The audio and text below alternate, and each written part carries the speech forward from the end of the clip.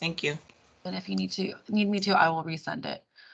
And I just started recording, everyone. Just so let me know, Deanna, if I need to resend it. We are ready to kick off, right? Then good morning to everybody. Today is September 29, 2021, and this is the quality workshop of HMSCC's Pathways to Excellence program. And the protocol for today is similar to other meetings. Keep your mics on mute to avoid the background noise. Keep your cameras on, and then we are connected and closer, and this will favor interaction. And we'll have a brief break at midpoint for 10-15 minutes.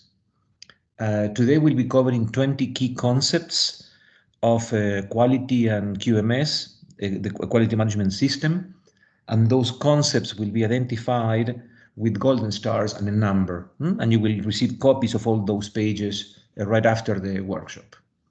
And this is the agenda for today. We'll talk about a safety moment, and also I have to say, you could choose a safety topic for kicking off a meeting, or any other key concept that you want to emphasize as part of the culture of your company. You could talk about maybe a cybersecurity reflection, or a quality reflection, or a reflection about the corporate policies of your company. It's just a minute just to convey the message to the audience, your employees, your clients, your suppliers, of what is important to you. Today we'll be talking about safety. After that, we'll go through the quality agenda, an introduction to quality, the learning objectives, and the areas 1 to 7, which are the areas of the ISO 9001 standard. And we'll close by describing the document uploads that we'll be sharing with all of you at the end of the class as well.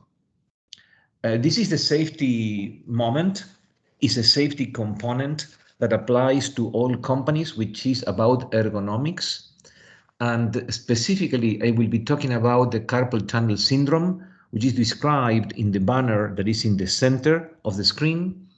And the tunnel, the carpal tunnel or canal, is a small canal that connects the forearm with the hand. There is a small canal here. And inside that canal, there are several tendons and a nerve. Then what happens is when we expose our hands to repetitive work, intensive repetitive work for long hours without proper time for relaxing, or in an awkward position, then the tendons get irritated or inflamed, the nerve is compressed, and the pain is excruciating. And I am talking about this because it's like an invisible threat that we all have because of working with computers. And sometimes it doesn't pop up that quickly in a smaller group, but when you have larger groups, you see very clearly a number of incidents per year. I had in Houston, when I was handling global procurement for ExxonMobil, 200, 300 employees here in Houston. Others were in other locations of the world. And usually we had like 2 or 3 people with this type of incidents per year. And we invited employees, as soon as they felt some discomfort, to share with us, and we helped the discomfort from becoming something more serious. In one occasion, apparently the person had some pre-existing conditions, but the person had to be operated, was out of the office for a few days, and then it is something of serious consideration. The main tips to prevent this is basically achieving what is called a neutral position. And I'm sure you have heard about that, and the photo speaks about the neutral position. That's all. I'm not a physician, but just is a good reflection about taking care of ourselves and our employees, and with respect to ergonomics. And also another reflection, ergonomics are also important, very important these days, because we work from home. And in the office, it's easier to have the right equipment, but sometimes in mostly for younger people, just graduated from college.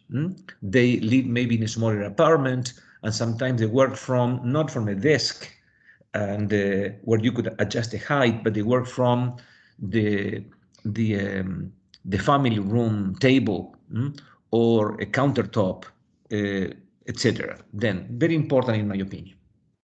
That's all for safety today. Recommendation from a doctor: suspending your keyboard from the ceiling forces you to sit up straight, thus reducing fatigue. That's maybe too much. We started with the silly jokes. Okay, Telisha, this is maybe new for you, but you will get 5 or 6 of these during the workshop today, okay? And then the reconnect. You know what we are doing? We are trying to understand what is required by large corporations. And those requirements are organized in 6 pillars and are based on international standards. All those expectations or best practices, we could use the 2 expressions, are in the cloud in bluewavesdp.com. You made a self-assessment against those, and we are now developing the key processes, practices, concepts that you need to acquire to comply with all those standards. This is the process. First phase is self-assessment, and it is important that you all complete the self-assessment of all 6 pillars early in the process, basically to register a starting point. Then we go through the workshops, and 1 per pillar, and then you do the self-assessment again at the end to register your finish point, your point of compliance, hopefully. And these are the 7 areas, not invented by me. You go to iso.org. You can download from that website the same document that I shared with you, or that Jane shared with all of you. And we are going to talk about that document today, the quality management principles. But these are the 7 areas of the ISO 9001 2015.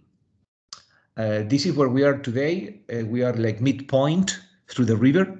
We are crossing the river and crawling and swimming through the river. And then we have corporate policies on October 13th, financials, and October 27th, and we'll close with technical on November the 10th. Also, the reflection is between one workshop and the next. Please focus on customizing, adapting the key documents that we are passing to you.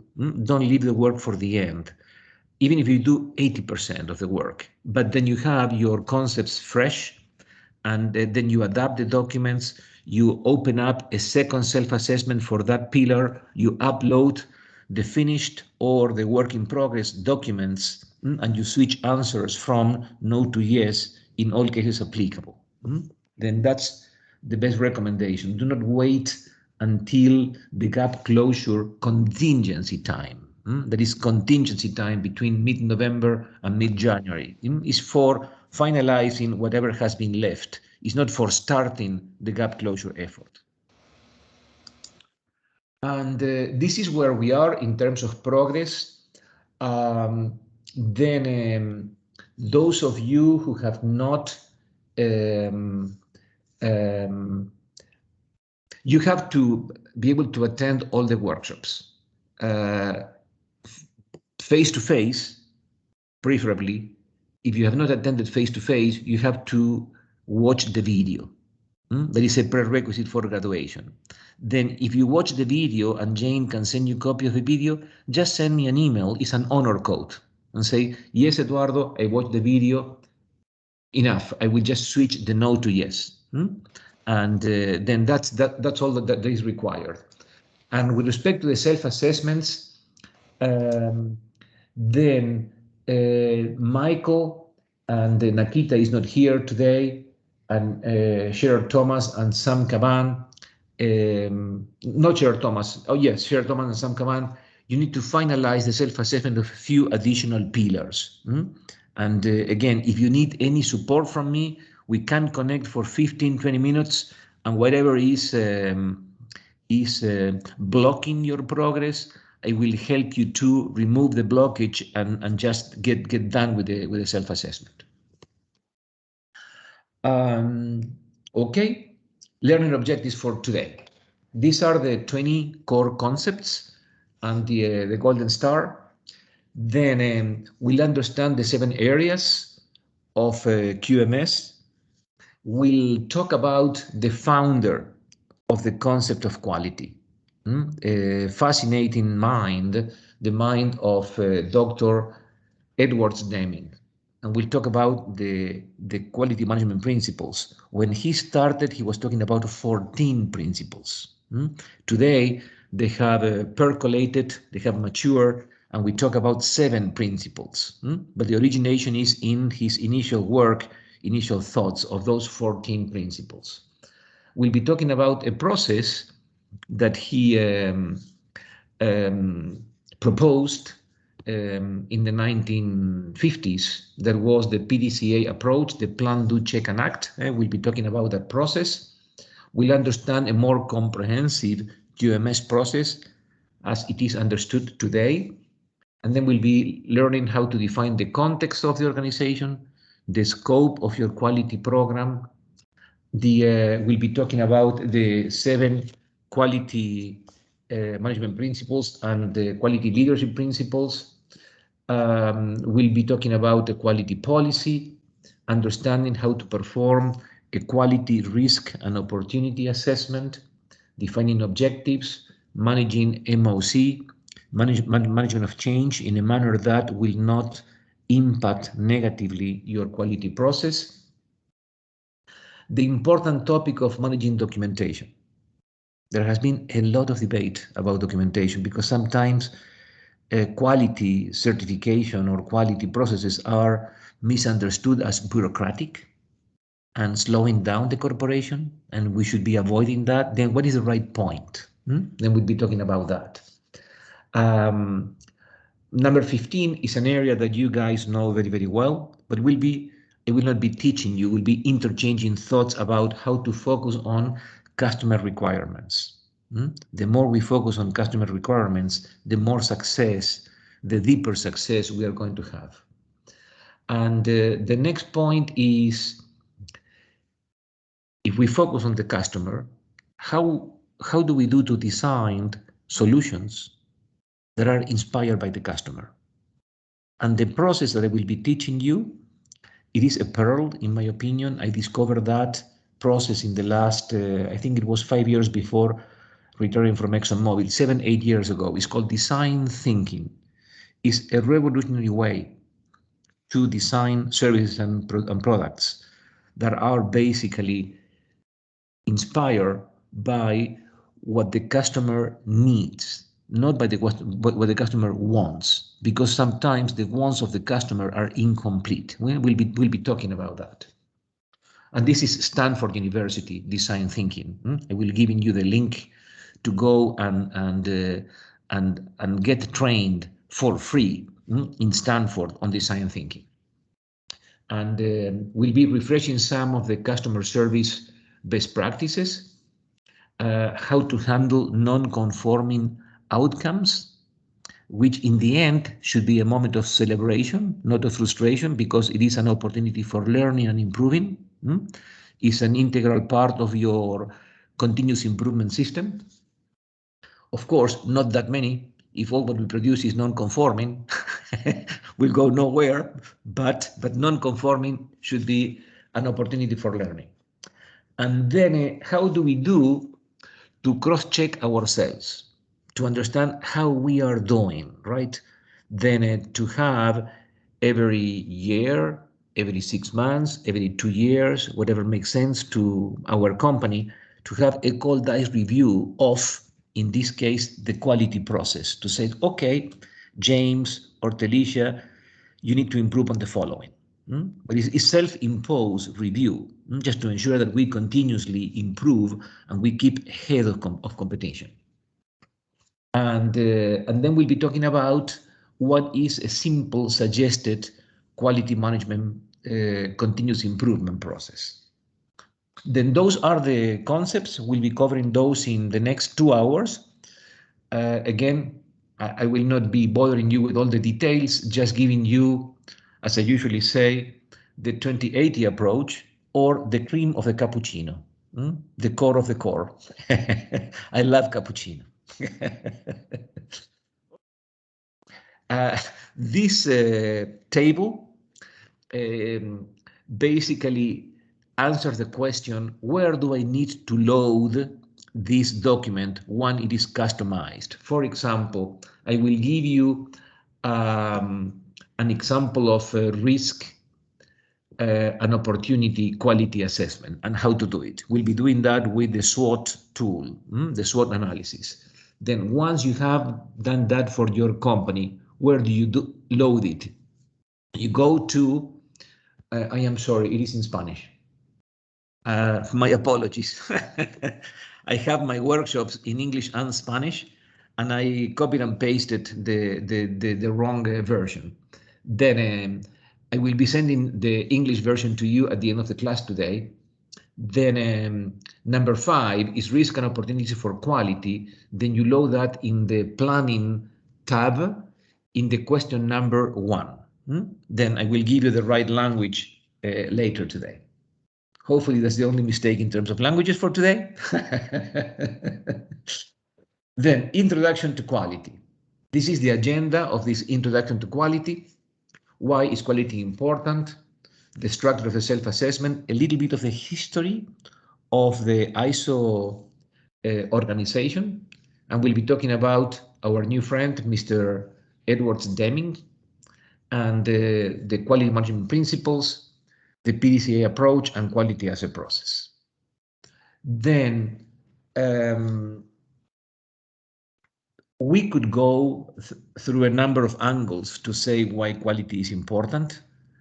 And what I added to the banner in the top is not the only angle, it's just one that I like, but we could expand that talking, just having a conversation. But basically, quality is critical for satisfied customers. And that will be one of my points of emphasis. If we focus on the requirements, if we focus on the customer needs more than requirements, because if we want to be an added value partner, we have to be able to say, Kelvin Peters, you are my customer. This is what you require, Kelvin. But by working in your company, I see that you also need these other aspects that I can do for the same price, the same cost, but will provide a more comprehensive solution. If I do that, then you will say, wow, thank you, my friend. You are delivering above my requirements into needs that I had, but I didn't know that I had. And then that's the philosophy behind that banner. Quality is critical to satisfied customers. Also, I am using that phrase to express why quality is important because of all my years in procurement, 25 years. I was a head in procurement in South America, then in Europe, then in Japan, then for the Americas, and then globally. And the suppliers, the vendors that I remember are those that did exactly what I simulated with Kelvin a few minutes ago. Those who really delighted us, that basically deliver above what we needed. Then, that's my take. And of course, quality is more important than price. And sometimes we have to deliver not the ideal quality, but enough quality, because sometimes there are time commitments, and we have to develop like an 80-20 approach. Then all those concepts, yes, of course, I agree. And then we let's focus on the light blue banner at the top. The first line is standard definition of quality is the degree of compliance with requirements. Usually, when we started talking about quality, this was quality of products. Quality is a degree to which a set of features of the product meet the requirements. That's how all this started. But then quality expanded to other scope areas. And then it says products, comma, services. We could be talking about the quality of services. Processes, we could be talking about the quality of internal or external processes, like customer relationships, or the quality of an organization or a system, or the quality of data. Then we have to be precise and define the scope when we talk about quality. And that's why I have a tile on scope. And of course, this is of strategic importance. And maybe a reflection on quality assurance. This is a very common terminology, QA/QC, quality assurance, quality control. That's only one component of the quality process. It's basically the cross-check that outcomes are in line with objectives. Then it is a very important component, but quality assurance is just a component of the complete QMS, and we'll be talking about that in just 1 second. Here we talk about things that could happen when quality is not what it should be, and on purpose to re-emphasize the concept of scope. I have an example talking about defective products, another example about defective services, and another example about defective data. It's not just products. In the case of products, the example I like to talk about is the history of the company Takata, a Japanese company that produced airbags that were defective, that were activated without any need, and because of that, then the drivers had incidents, accidents, and even fatalities, to the point that the company that was a worldwide leader went bankrupt in 2017. And just a reflection on a learning, organization, and continuous improvement. Look at the number of defective airbags that they produced, 56 million. They could have realized earlier that something was wrong and fix it, because honestly, it could have happened to any of us. It could have happened to me, that you produce an airbag and you test and you think it's fine, then it goes to the market, but then you realize that it's not working well. You get a signal from the marketplace, and then you come back, you recall that product, you fix the product, but 56 million. Then that's how important the continuous improvement process is, just to ensure success. And the example number 2, which is services, I wanted to share with you the following reflection. This is about banking and the time it takes to open a bank account. Then let's imagine any of the excellent banks. Could be Morgan Stanley, could be Bank of America, could be Chase. Then let's say that 20 years ago, we wanted to open a bank account and it took like 2 or 3 days. And that was fine. A couple of days for opening a bank account, that was fine. And the process was a process of quality for that era. But for today, after we all work with this type of devices, that will be unacceptable. That will be poor quality. We require to be able to open a bank account in less than 1 hour or in a few minutes. Then the concept I want to convey is that sometimes the target moves, the customer requirement moves. Then we have the same process, the same product, the same service, and it was good quality yesterday, but it's not good quality today, because the customer requirement is a moving target. Then this is the other concept associated to quality, It's not that we are producing something that is wrong. We are producing something that the market, the customer has already moved. And then it becomes wrong because of those dynamics. That was the concept. And sometimes when we move to data, it is another concept. We say in America, we don't know what we don't know, right? We use that expression. Then with technology, before speaking about technology, if a number of years ago, we knew that our data was in good shape. But with technology, we have more and more ways of analyzing data. Technology connected to data is like turning on the lights on this office now. Then I turn on the lights and I see a lot of dust on dirt on the floor. Then we have technology, then really we realize that data is not that consistent. And that has happened to the world of data. And all of us today are working on some data analytics or digitalizing data or processes. Then data is another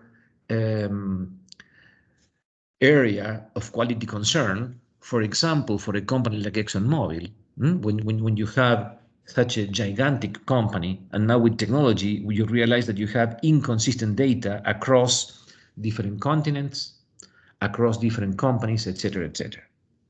Then, before talking about the 7 elements, and Mr. Deming, any comments, any reflections of this brief intro so far?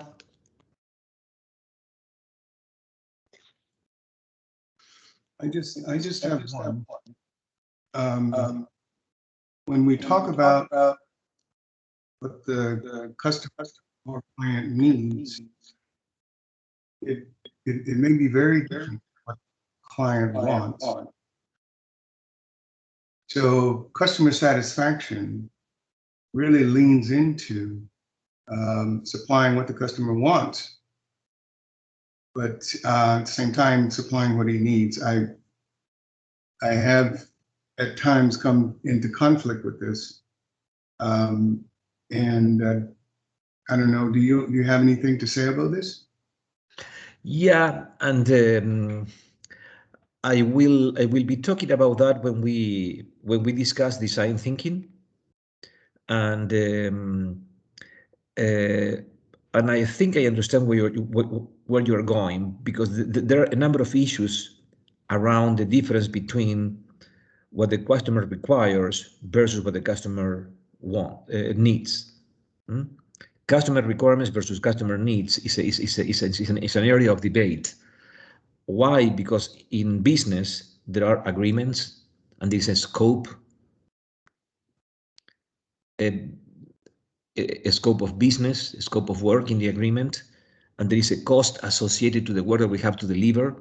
Then, and there is a profitability, and there are customers who could, in an old style, be requiring more and more from us, even above and beyond the agreement, and not just our obligations. Then I understand there is an area of debate.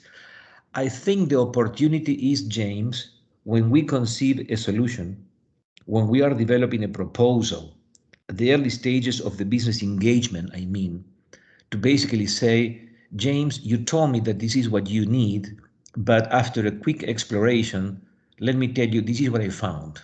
And then in that manner, we could be deeper and we could be safe.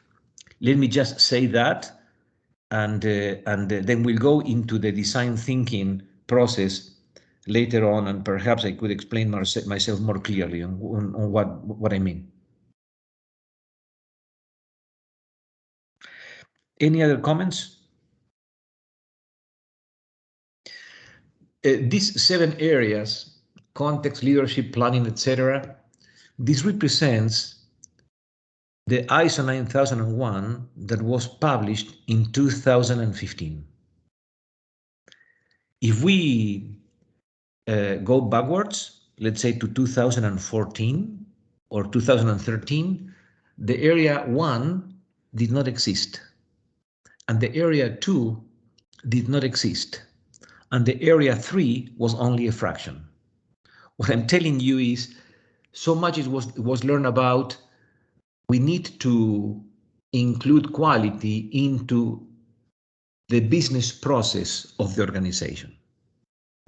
Quality per se, it doesn't have a purpose, but quality as part of your business process, then that's when it is empowered. And then the area 1 context was created. Area number 2, basically it says quality needs to start and end with leadership. And before 2015, sometimes companies implemented the quality process, but it was part of manufacturing.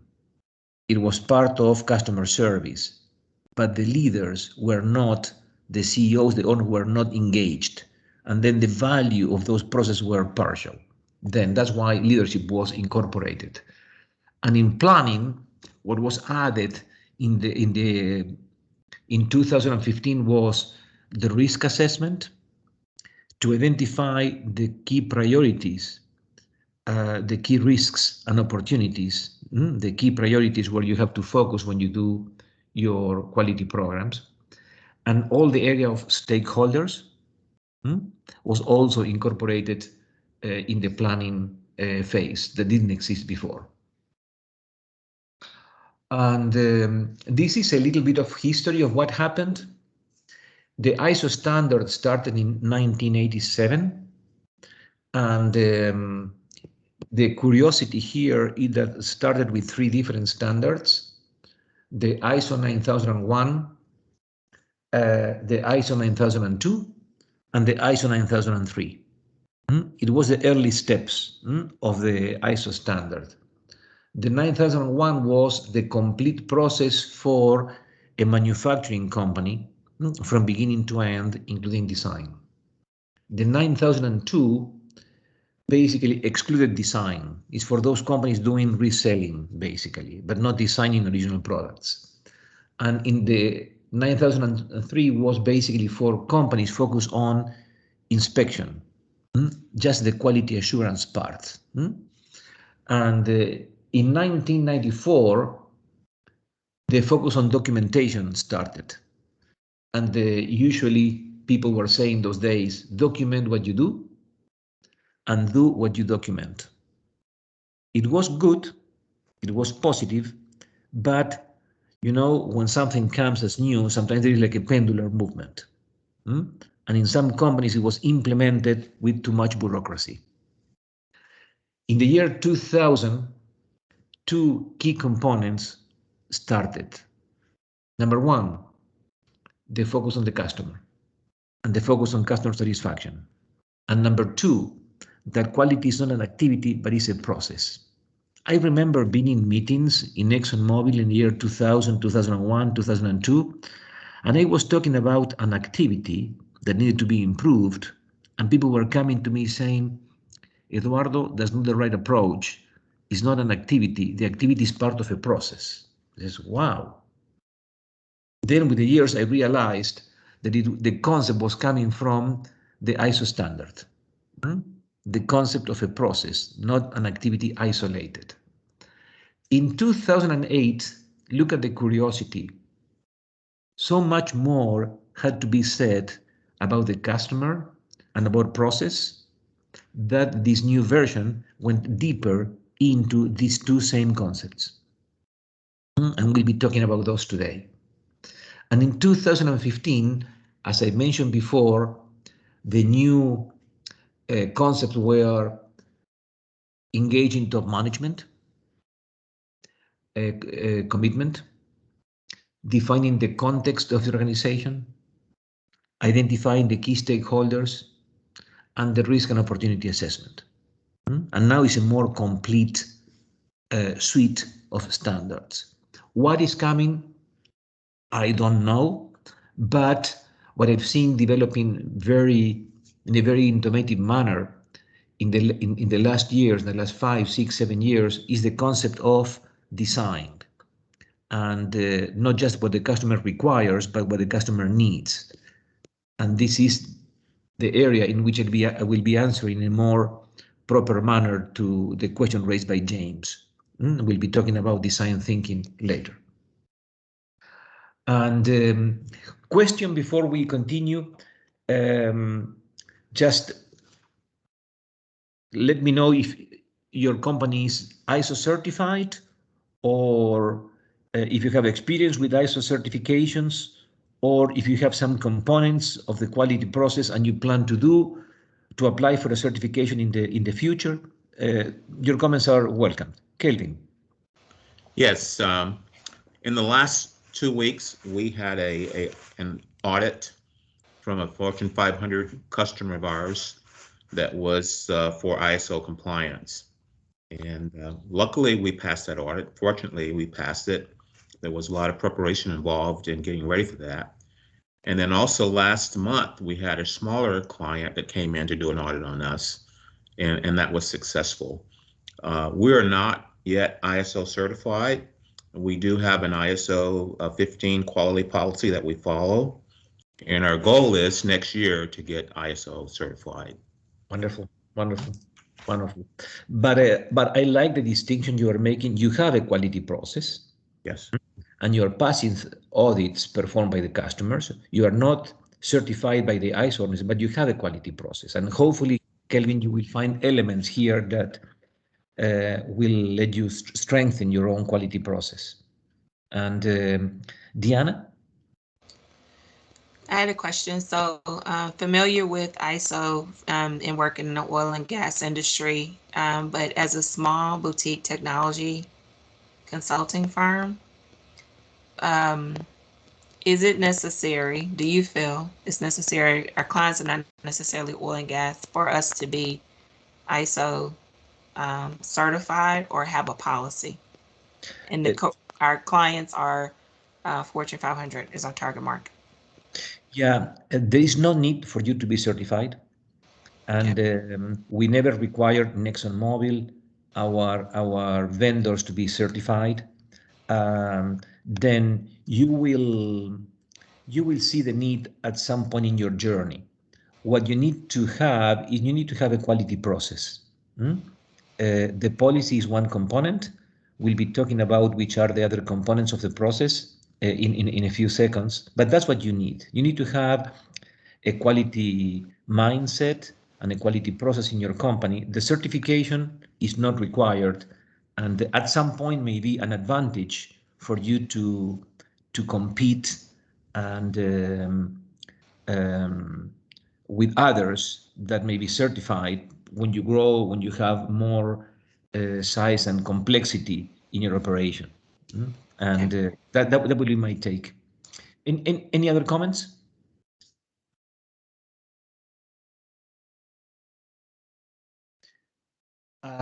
This is Dr. Deming. He was an American engineer, graduated from University of Wyoming as a mechanical engineer. And after that, he obtained a master's degree and a PhD degree from Colorado and Yale, respectively, on statistics. Then imagine the mindset of this gentleman. He was a mechanical engineer, then he was into producing products, assembling factories or optimizing factories. And also he was a statistician. Then he was looking at tolerances, deviations, the level by which a product was complying with requirements, etc., etc. Additionally, he was a university professor. Then he was able to dive deeper in all these concepts of manufacturing and statistics and compliance. And he came up with a concept that was a paradigm breaker in the 1940s. Basically, he said, and I am reading the tile in the upper right, he said, by adopting appropriate management principles, organizations can increase quality and at the same time reduce cost. Then until that moment, it was always believed that more quality implied more cost. And he said reducing cost, reducing waste, reducing recycle, reducing loss of staff because of frustrations and litigation, and increasing customer loyalty. Of course, let me clarify something here. Improving quality in many cases could represent increasing cost. For example, if I have a bronze ring and I want to improve from a bronze ring to a platinum ring because it's better quality, in that case will be higher cost. Of course, we understand that. We are not talking about that. We are saying if there is a unit working and producing plastic bottles, then producing a plastic bottle of better quality doesn't necessarily require to increase cost, because we could take a look at the complete production process. We can take a look at the complete design to production, to delivery, to usage, to disposal process, and optimize the complete process and reduce the cost, because we are reducing the waste, we are reducing recycle, we are improving training, we are improving machinery, we are maybe replacing raw material. Then when we take a look at the complete system or process, we can achieve both. He was not a prophet of these concepts in the US at that point. He was a teacher, he was teaching these concepts, but after World War II, he was assigned to the recovery of Japan. And over there, he became the consultant of a number of unions and CEOs, including the CEO of Sony Corporation. And all the creation of higher quality, lower cost products by Japan after World War II was attributed basically to his teachings. And these are the 14 principles that he created. I will not cover all the 14. I will just talk about a few, and I've highlighted the main words in bold. Then he talked about we have to be focused, constancy of purpose. Those are the words that he selected toward improving products and services. Already the concept of a continuous improvement.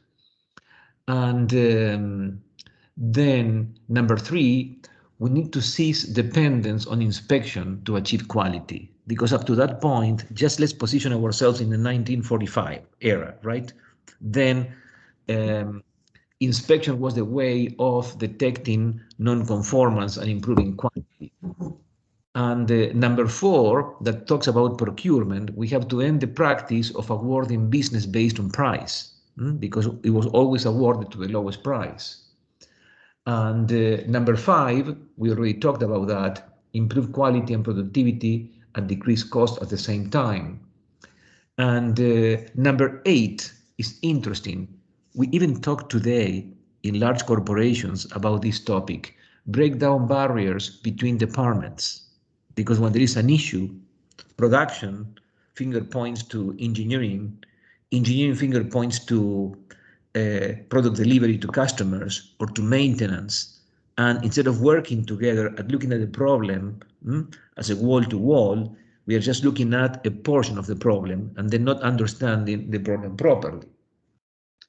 And then look at number 10. We all have made these mistakes at some point. And me first. Let's read number 10.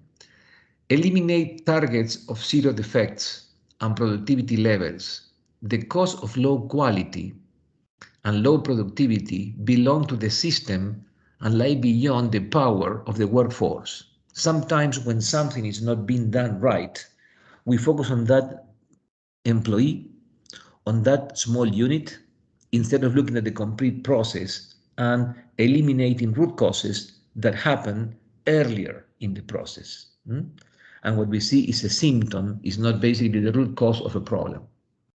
And number 14, I will end there, which is put everybody in the company to work to accomplish the transformation of thinking in terms of quality. The transformation is everybody's job, is a way of saying quality is everybody's responsibility. Then, these were the original concepts, and just a little joke saying awarding to the lowest price, look at what happened with the soil study in Pisa. 20,000 ducats for a soil study of pizza is too expensive. And then we have the Leaning Tower as the result. Well, in the end, it was good because everybody goes and visits, right? But well.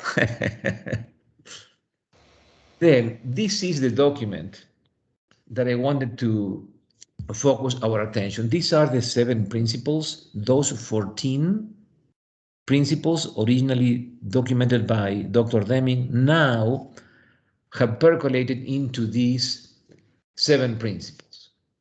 And those are customer focus, number 1. The primary focus is to meet customer requirements. And we'll be talking about needs above requirements in a second. Second, leaderships. Leaders establish basically the direction and the purpose of the organization. Number 3 is engaging everybody in the quality process and contaminating everybody with the positive virus of doing things right the first time.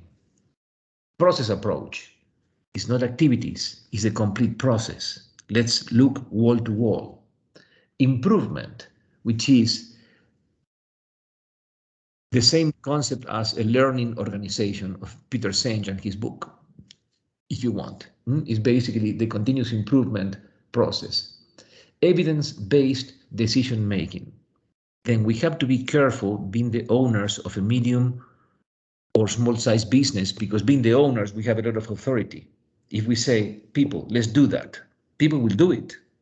But are we basing our decisions on numbers?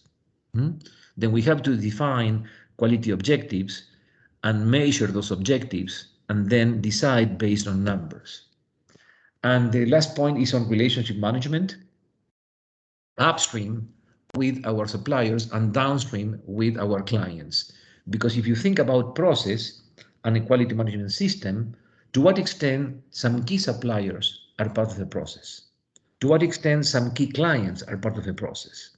Then, I think these are beautiful concepts. Then I've taken one concept, customer focus, and I said, this is the exercise. Is if I implement truly customer focus in Blue Wave, which will be the key benefits of implementing this principle properly, deeply in Blue Wave, and which will be the actions that I will take? Because in this document, for every single objective, basically, for example, number 4, process approach, we have the statement, and then we have the key benefits, and we have a list of key actions. This document is fantastic for you guys. For me, it is, at least, because it's a brainstorming which is fascinating. There is already, you can go through this menu and select the key benefits for you and the key actions. Key benefits of customer focus. Well, increased level of alignment with my customers, including HMSDC. Will benefit me to understand better the needs and the expectations. And if I do that, it will increase the satisfaction that HMSDC has with my services and the loyalty that we have with one another.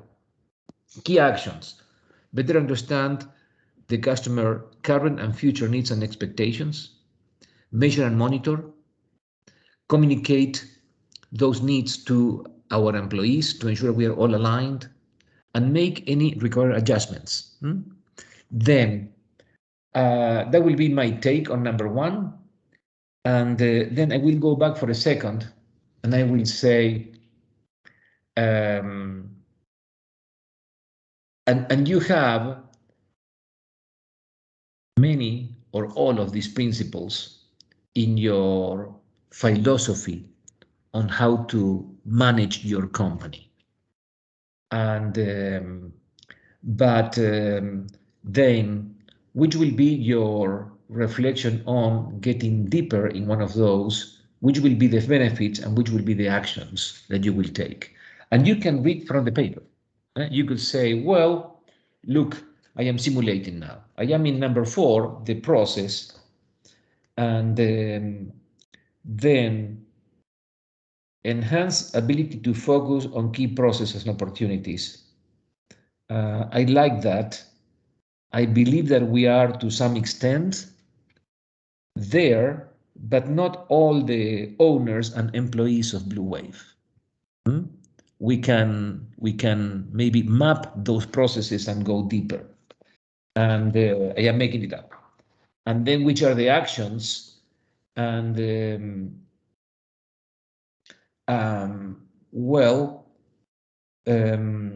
we don't have a clear definition of authorities and responsibilities for managing processes. And do we have all our key processes documented? Do we have a list of our key processes? Maybe we have to say, okay, these are the 3 key processes, and this is how they are documented. Making it up. And any feedback, any reflection from any of you guys?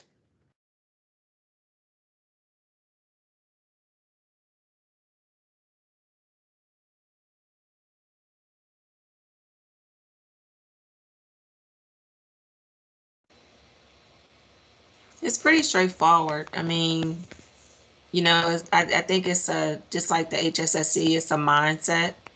And I think that, you know, I like that I often find, you know, even myself, to make sure that I'm challenged with setting the example that I would like to see in quality, not just with our customers and how we interact with our customers, but also in our internal processes.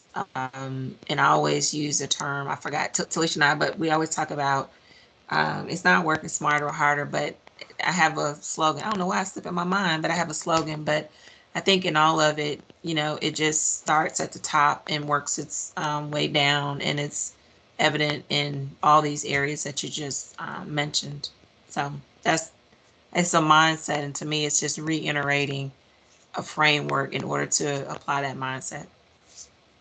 I like what you say. It's a framework, it's a mindset. It's pretty straightforward. This is not brain surgery. Are basic concepts, but nevertheless,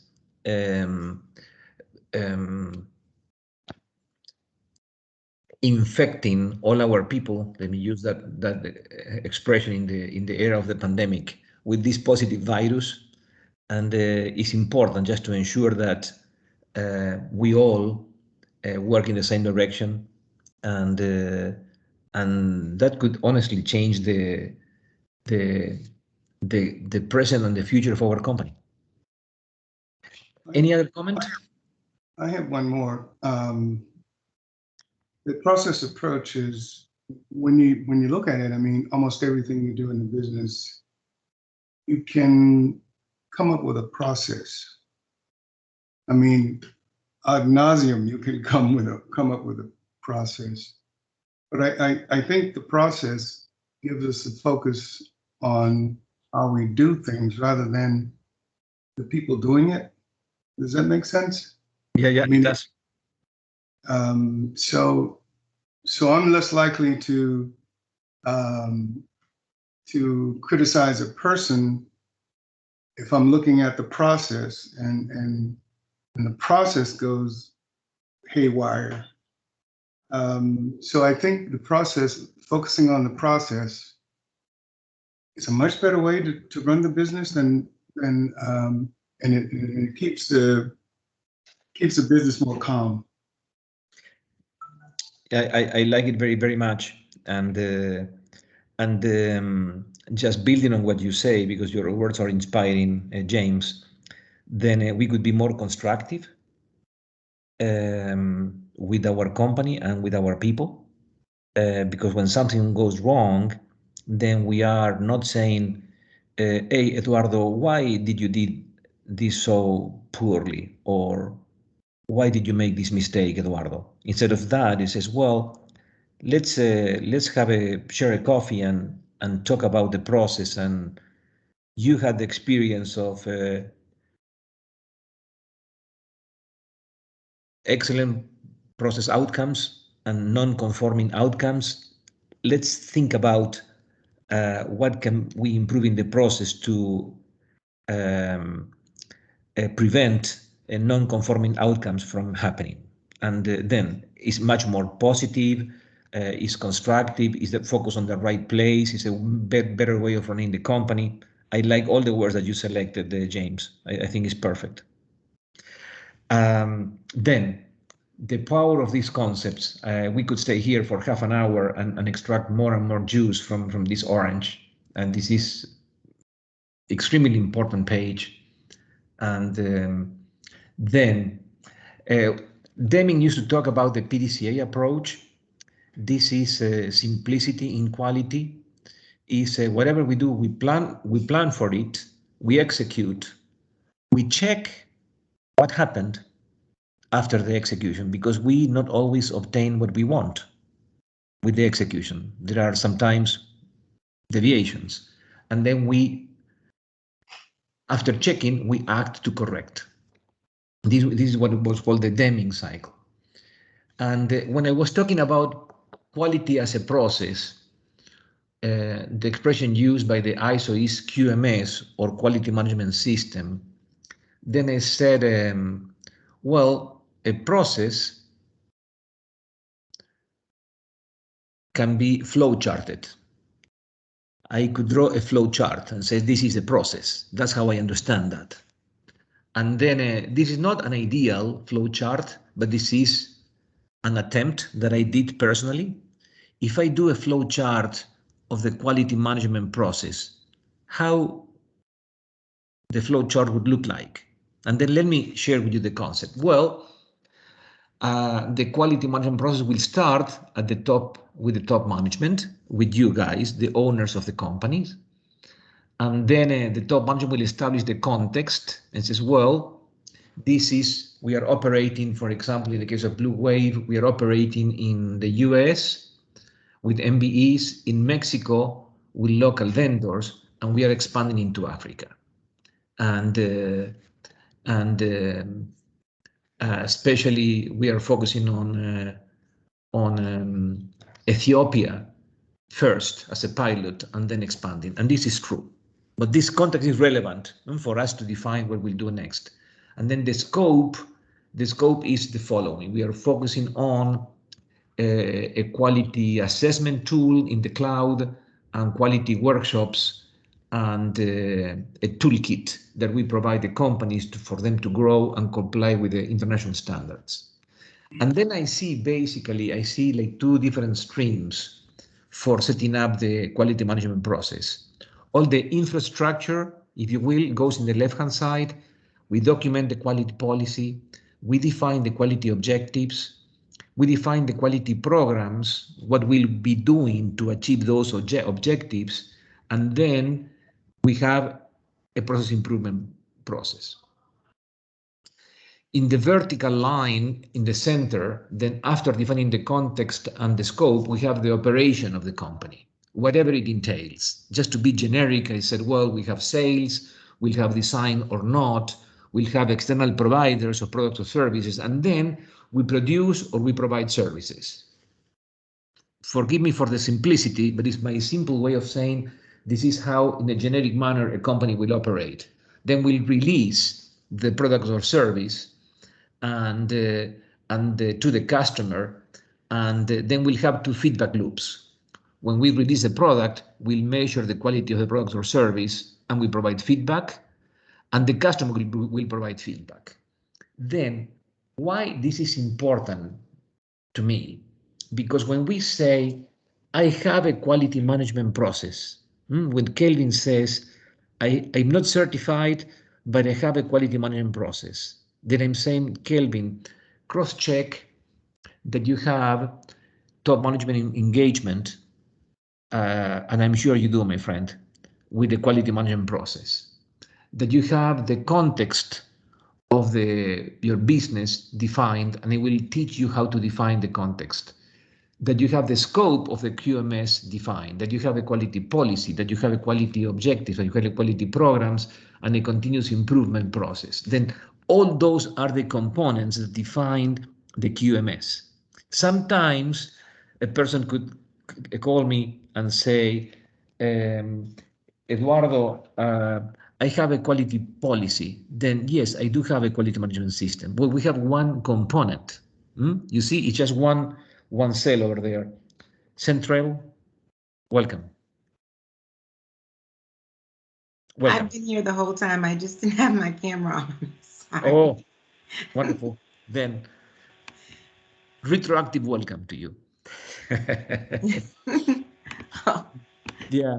Then hopefully this drawing helps to basically explain clearly what do we mean by a quality management process. We have to have all these components working at unison. And the other thought I had, well, how does this relate to the PDCA approach, the simple PDCA approach that Dr. Deming came up with? And then I says, well, in planning, we have all the top management engagement, the context and the scope, the quality policy, the quality objectives, the quality program, is all the planning phase. In do, we have the actual delivery of goods or services. And then we check internally and externally with a feedback loop from the release of products or services and from the customers. And then based on checking outcomes versus objectives, basically we act.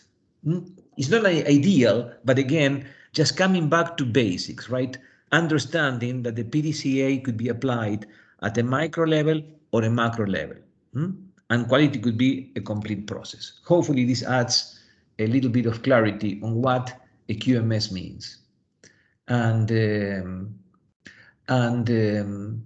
then the quality management system has to work for us, for our company. We don't have to be paralyzed by the QMS. And just to show what we shouldn't be doing, I have this cartoon saying, Mom, I want to go biking with Andrew. I submitted the right forms, added that to the collaboration. I had Billy audit my plans. All I need is your electronic approval. That will be too much for a biking. Then the QMS should be agile and work for us. It's good to understand the components, but let's not overdo it. That's what I'm saying. And the ideal quality job. I want the job as a quality controller in a mirror factory. It's a job I could really see me doing. Okay, that's very silly. Context. How do we define the context of the organization? Really, just go through the list of external issues and internal issues that are relevant for your business. All what I'm doing here is I'm showing you a list of potential external issues. If you see any product-related regulations that affect or could affect your company in the future, if you see new technology coming or new competition coming, or if you need to outsource some of your activities into key suppliers, or if you realize that some of your key suppliers have vulnerabilities, or some cost elements that you have that are maybe high or impeding you to break through in some areas, or material restrictions, or energy cost, or employee healthcare cost, or the organization in itself, or import or export tariffs. Again, it's not an exhaustive list, but just an example of the external issues that you could think about. With respect to internal issues, I just produced a list. It's not complete, but just to get the juices flowing. Is employee turnover an issue for your company? Is retiring employees an issue? Is the retiring owner an issue? Who is going to succeed you? Is employee cost or aging equipment or aging facilities or employee morale? Then examples of external and internal issues just to position your quality management system. With respect to scope, then be clear on what is the scope of your quality process. It is one product, or a couple of products, or all the products, or just a flagship service, or all the services. And what about materials, machinery? What about processes? What about systems and data? Just be, I would say, start small. Be very, very selective with your scope and start small and get the quality management system right. Once you get it right, you can expand to other areas. Start small, very, very solid, and then you can expand. Eventually, this area of buildings and sites, if you have a couple of sites, you could start with services in one site only. And you control, and that's your niche. And once you become strong in that area, then you can grow from there to other sites. And large corporations, that's the way in which they do it. They start with not all the US. They start with one refinery in the US or one plant in the US. And then they go to 2 or 3 other plants, and then to the complete country, and then to the complete continent, etc. Then you start step by step. With respect to leadership, I will say this is just for the sake of completeness. When you go to the standard, they talk about quality management leadership. You know all these, just think in terms of you as leaders. Ensure that the quality management system is integrated into your business process, is not something separate. Emphasize among your people the process approach, and emphasize among your people the risk-based thinking, and just to focus on key priorities. As small businesses, we cannot do everything. We have to focus on priorities, taken from where? From a risk analysis. Ensure that resources are available for you to do a quality job, that training is available for those people doing the job, and then promote improvement. And there is another very important area, which is customer focus. Just teach your people to understand the client needs extremely, extremely well. With respect to the policy, here there is an example of a vision and a mission and a quality policy. And then when you write a quality policy, perhaps the best recommendation I can give you is just go back to the 7 principles and ensure that the 7 principles are properly reflected.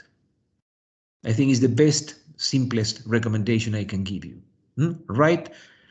If Kelvin, you have a quality process in your company, just pick up that statement, and then it says, okay, how does my quality policy statement incorporate customer focus? Am I happy with this or not? How does it incorporate leadership? I am happy with this or not? And what about engagement of people? Because quality is responsibility of all. This is probably reflected or not. I think there will be a quick cross-check that all these 7 areas are part of your quality policy. Here we have an example of quality policy, and I did the dissection of this policy, and it had some good elements, is appropriate for the purpose and for the context, in line with the vision and the mission, includes the commitment, because it says the company, I'm reading the policy, the company will satisfy the needs and expectations of our customers by understanding their requirements and providing high quality products and services that meet or exceed performance requirements, while promoting full employee involvement and empowerment. Then it has the employee engagement, it has the customer focus, and then just from this policy, I do not see if there is a framework behind for defining objectives and monitoring KPIs and having a continuous improvement. Those components are not that clear from me just by reading the policy. Then I am just simulating an exercise on what you could do with your own policies, and just to improve, not for the sake of writing it better, for the sake of having a better process, for the sake of doing a better business. That's all. And I will share with you those two examples of policies. And with respect to roles and responsibilities, there is nothing additional they want to share here. And before we break for a few minutes, any comments from anybody?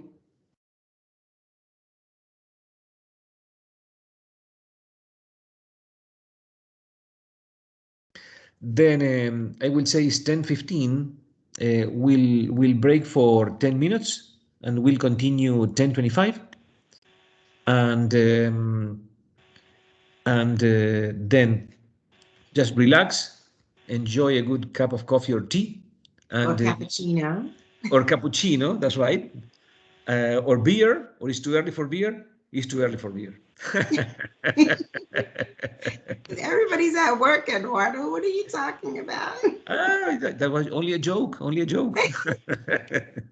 And then I will see you guys at 10:25. Okay. Thank you.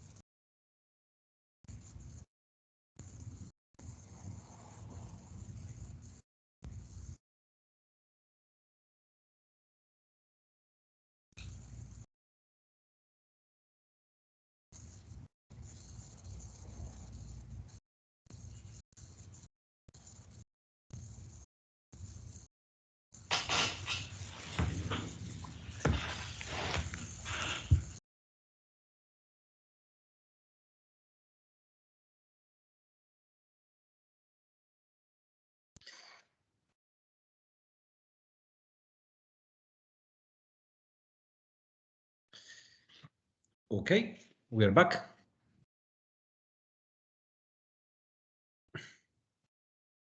How was your coffee? Was good?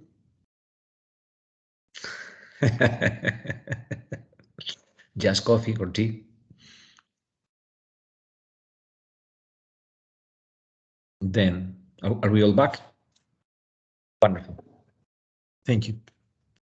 Then we'll continue through the second half, going through the area number 3, which is planning. And in planning, we'll be covering 3 topics. The ISO standard talks about more topics. I've just selected the most important ones: the risk and opportunity assessment, the definition of the quality objectives, and planning changes. And then we'll be talking about now about risk assessment.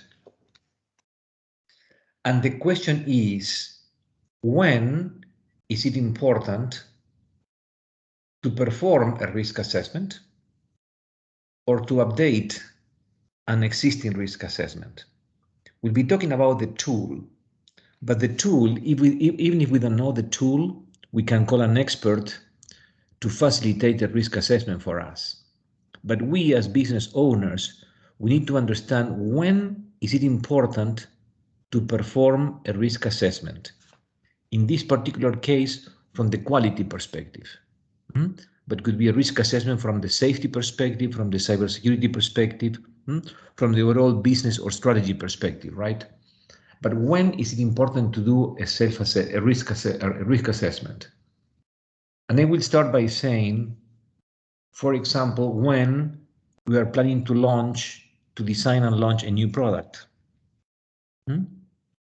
If we are planning to design and launch a new product, then we need to understand so many things: pricing, specs of the product, the target market, the customer needs, the market trends, the competition. Then we need to do a risk assessment to see if there is a business opportunity or not, and which are the main risks over there.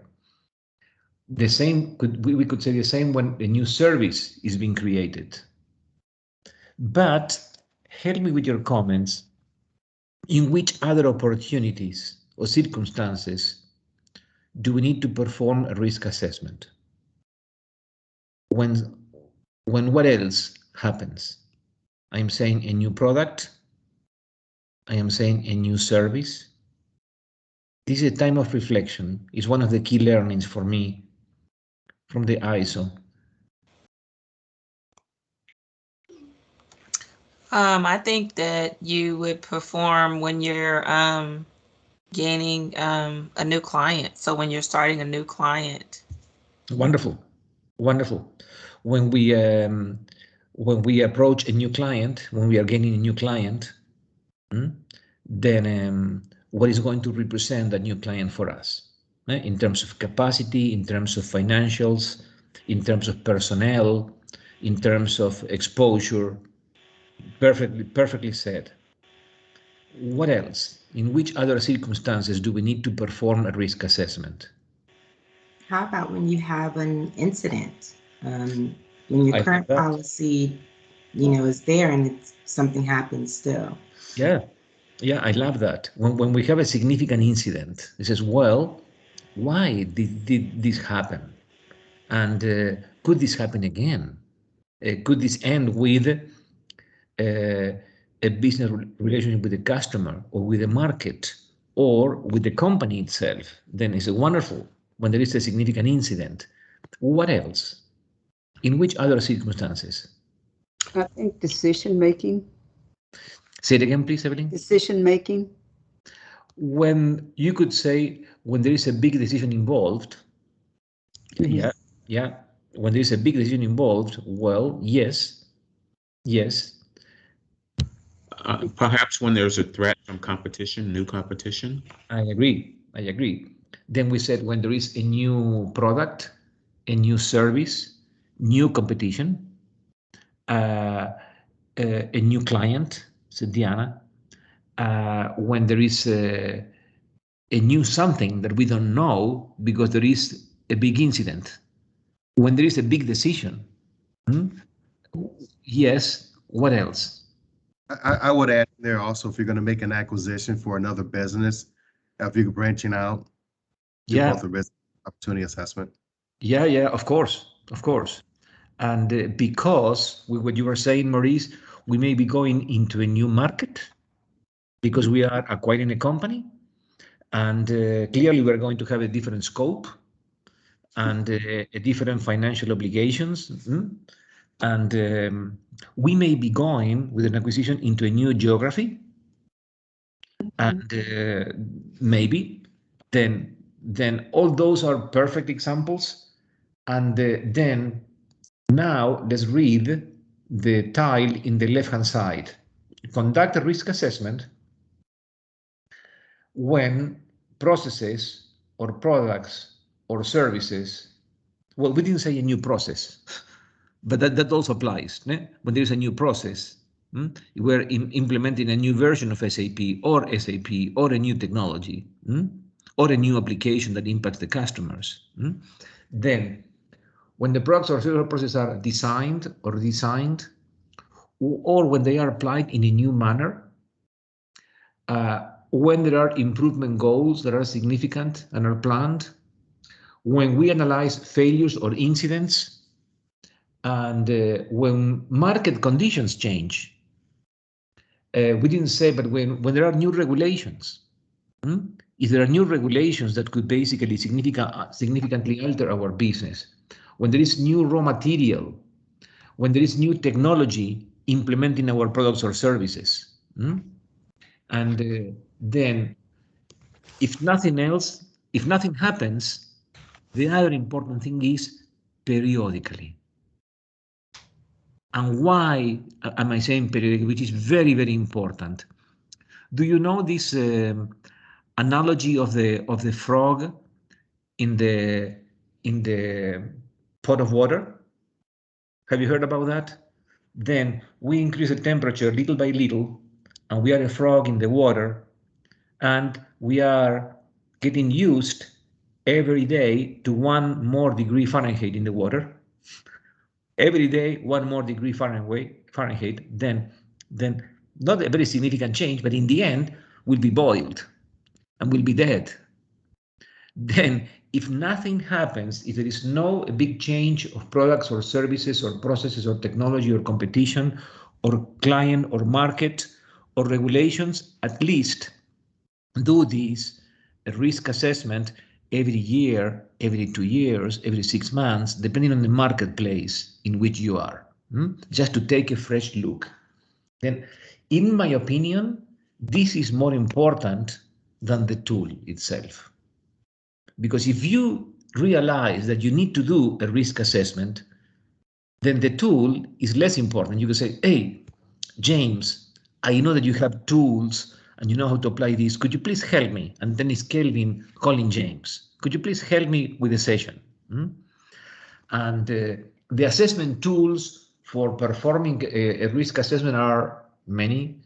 Strategic planning in itself is a way of doing a risk assessment. The old quality circles from Japan, where you could basically call people who do the work and supervise the work and do a quality assurance or do a delivery, and then people from everywhere in the company, they come together and they share opinions.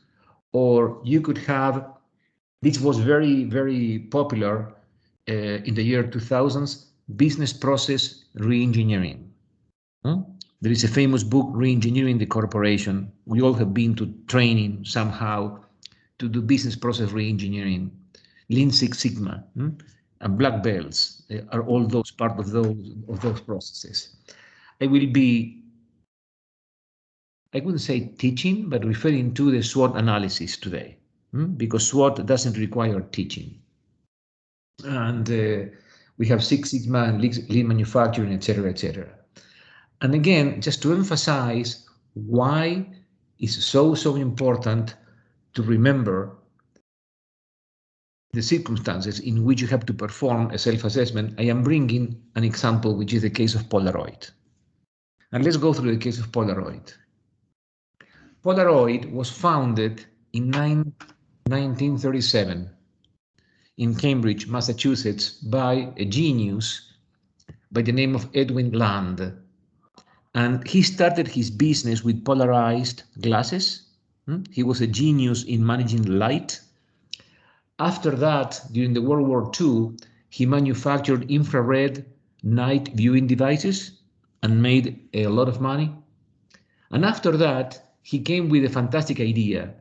Those were the years in which the films were being developed in the dark room. And then he said, well, I could build a mini dark room inside the camera. And you can see the Polaroid automatic 350. That was the camera that was being built and sold from 1969 to 1971. And then how the product changed in basically 30 years. And you see the Polaroid one step autofocus SE that was being sold in the UK in 1997. But basically he put together the dark room in that little space. And then he's considered the father of instant photography. There is a famous litigation between Polaroid and Kodak, in which Kodak had to pay $1 billion to Polaroid because they copied their process on how to put the dark room in a mini place. Now I am reading the title, Risks and Decline of Polaroid. In 1991, Polaroid's revenue was at the peak. They had $3 billion of revenue. But that year, a number of things happened. And then let's think about it. First, the inventor and the father of the company and the CEO and the owner, Edwin Land, died. Then the genius died in 1991. Second, the marketplace. New technologies changed the world of photography. We have camcorders, we have digital cameras, we have 1 hour color film processing kiosks in the streets, and we have single-use cameras that were disposable. You could use for one time and just dispose. Then the marketplace changed. They had a number of quality improvements and quality circles just to improve the product itself, but they didn't do a risk assessment. They didn't see the threat coming. And as a result of that, in the year 2001, Polaroid declared bankruptcy. And when you look through the forensics of this case, basically the conclusion is in blue: failure of senior management to anticipate the impact of digital cameras. Of course, it's easier for us now that everything has happened to say all that. It was much more challenging, with all due respect for the senior management of this company, to come up with those revolutionary ideas at that point. But nevertheless, my point, the lesson here that I want to extract, the morale that I want to extract is so, so, so important for you guys to be able to call and to be able to identify the moment in which you have to perform a risk assessment. And then avoid situations like Polaroid. And again, if this happened to them, it could happen to us. I'm sure there were a number of smart executives and managers in that company. But again, let's learn from the past. Just calling the moment in which a risk assessment has to be made is extremely important. I think I made enough emphasis. Now we'll talk about the tool. The tool is less important, but nevertheless, let's talk about the tool. The tool that I've selected is very, very simple, in my opinion, adequate and enough if it's used properly for a small and medium-sized company. And it's the SWOT tool. The SWOT tool was invented by a gentleman whose name was Albert Humphreys in the 1960s. And why this tool is so powerful? Because anybody can participate without previous knowledge. And it has basically two internal factors, strengths and weaknesses, is one positive factor and one negative factor. And it has two external factors, which are opportunities and threats, one positive, one negative. There is a 2x2 matrix, two internal factors, two external, two positive, two negative. Very, very, very powerful. This tool could be applied to a number of different uses. And I've listed just a few. It's not an exhaustive list, but just to give an idea. If you are going to say, well, I am opening, James is saying, I am opening a branch in New Orleans, a branch of my company. Is that the right decision or not? Okay, you can organize a SWOT analysis. Is opening a branch office for James in New Orleans right or wrong? And then you could do a SWOT analysis. You have, of course, to bring the right participants. Choosing the right participants, including people who know nothing about that process, but they come with a fresh mentality and they are able to raise concerns and questions. When you are assessing a business, when you are performing a competitive analysis, when you are conducting a strategic planning, etc. Then I've already mentioned the benefits, very simple to use, very wide range of application. The steps define the objective clearly. We want to understand and debate the following. And we want to analyze the impact on our company of new competition or of new technology, and etc. And then convene a brainstorming meeting, develop the SWOT analysis. Usually it is said, brainstorm the opportunities and threats first, because then you start with the outside, the macro, the context, and then you come with the inside, strengths and weaknesses second. Then that's one way of doing that. I also like the recommendation of doing the TOWs. What is the TOWs? Is basically look at the factors basically in reverse order. Look at the negatives first, threats and weaknesses, and then go into the positives, opportunities and strengths, because then people are switched from thinking about issues into thinking about how to overcome the issues. Again, a few recommendations on how to conduct a SWOT analysis in the right manner. You will see in the attachment, when we ask you to do a risk assessment of your quality, we are applying this tool, and I give you a one-page example on how this tool is applied to Blue Wave.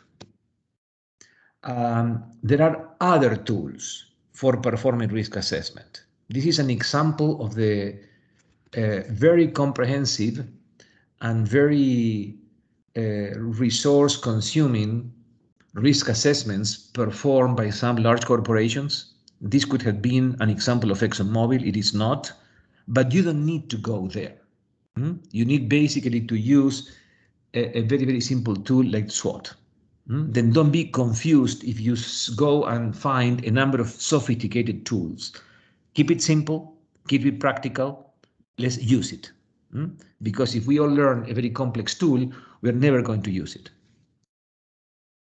With respect to objectives, everybody knows how to define objectives. Then just trying to add value, I've come up with a couple of angles to add value in the area of objectives. The first angle is, well, you know, of course, that the objectives need to be SMART, and by that we mean specific, measurable, agreed, realistic, and time-based. Time-based is, for example, we want to achieve this by end of fourth quarter 2022. That's what time-based means. The other angle is, okay, objectives belong to different buckets, different areas. Then one bucket is about speed of your company. Another bucket is about cost of your products or your services. Another bucket is about dependability of the products or services. Another bucket is about flexibility. And another one about quality. And we'll talk about the quality objectives in a second. But I try to organize the objectives in this manner. You could add one or two more buckets to your company objective as well. But the other interesting angle that I saw with this approach is objectives have an internal perspective and an external perspective. For example, and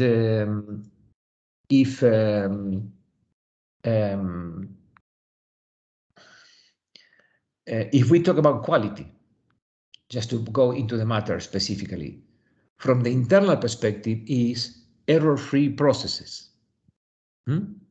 From the external perspective, we could say products that are online with the specifications, products or services in line with the specifications of clients, of our main clients. Then 5 buckets and these 2 dimensions, external and internal. I will not cover the others.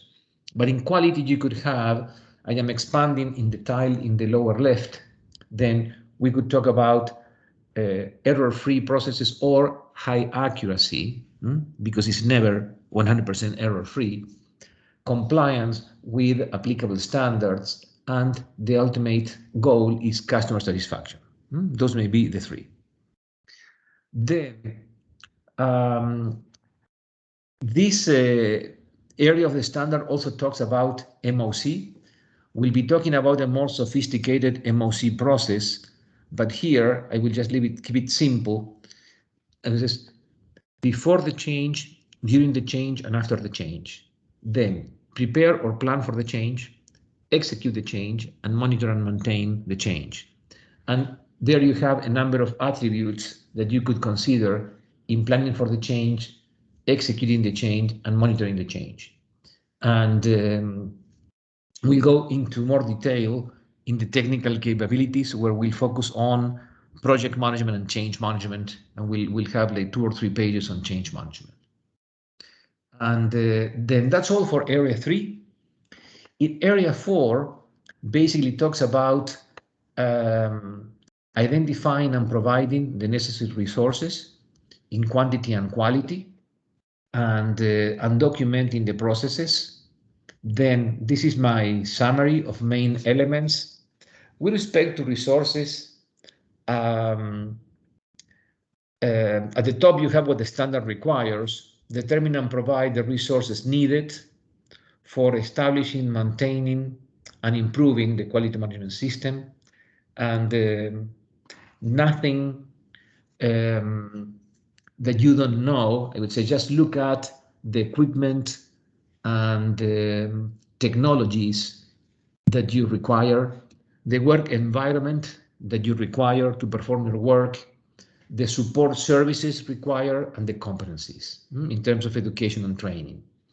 And then its basics is common sense, as Diana mentioned before, talking about the quality management principles, is common sense, but just ensure that the resources that are required are available.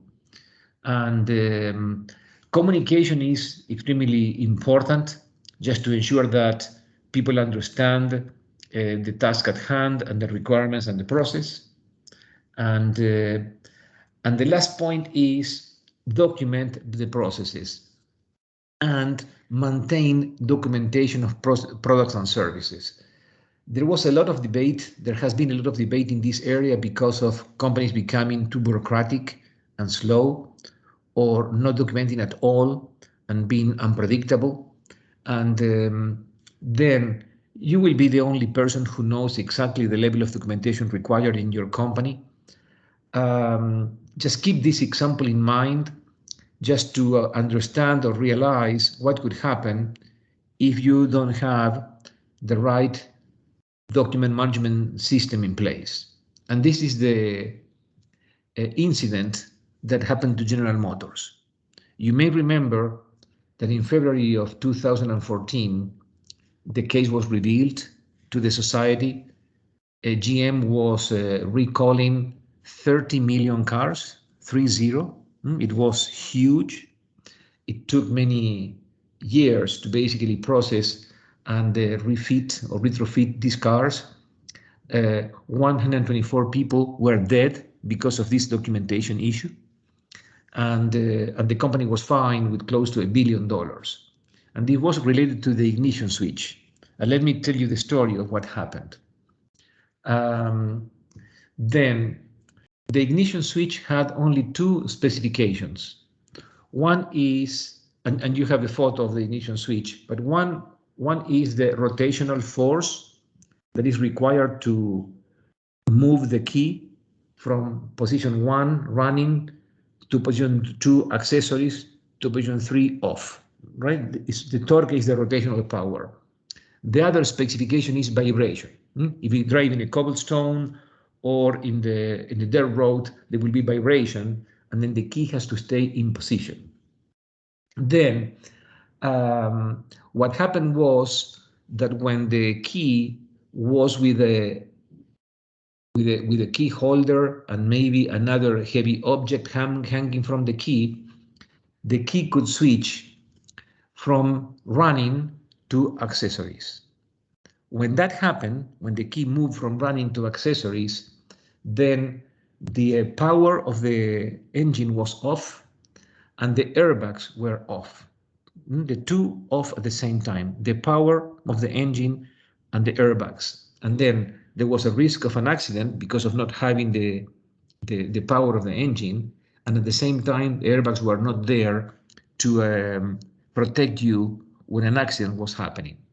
As a result of this, again, 30 million cars were produced with this mistake, and 124 people were dead. That's the story.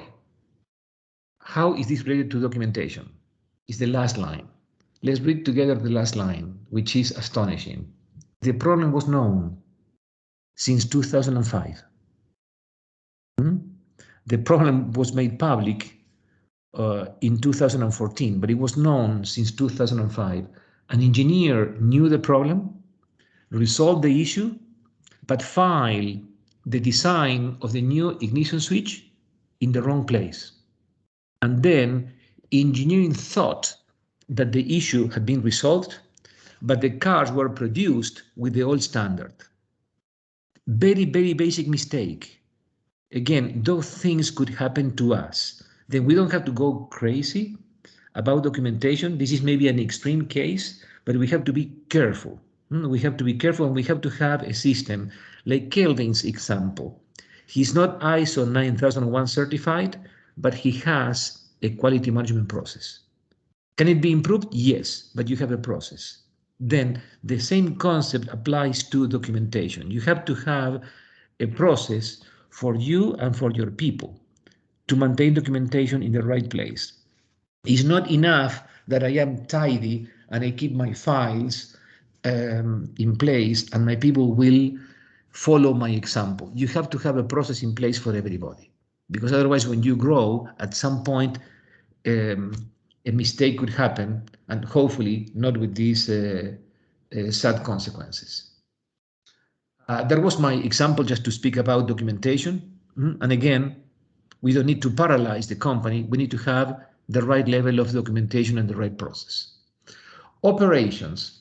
Operations is a very long area in the ISO 9001.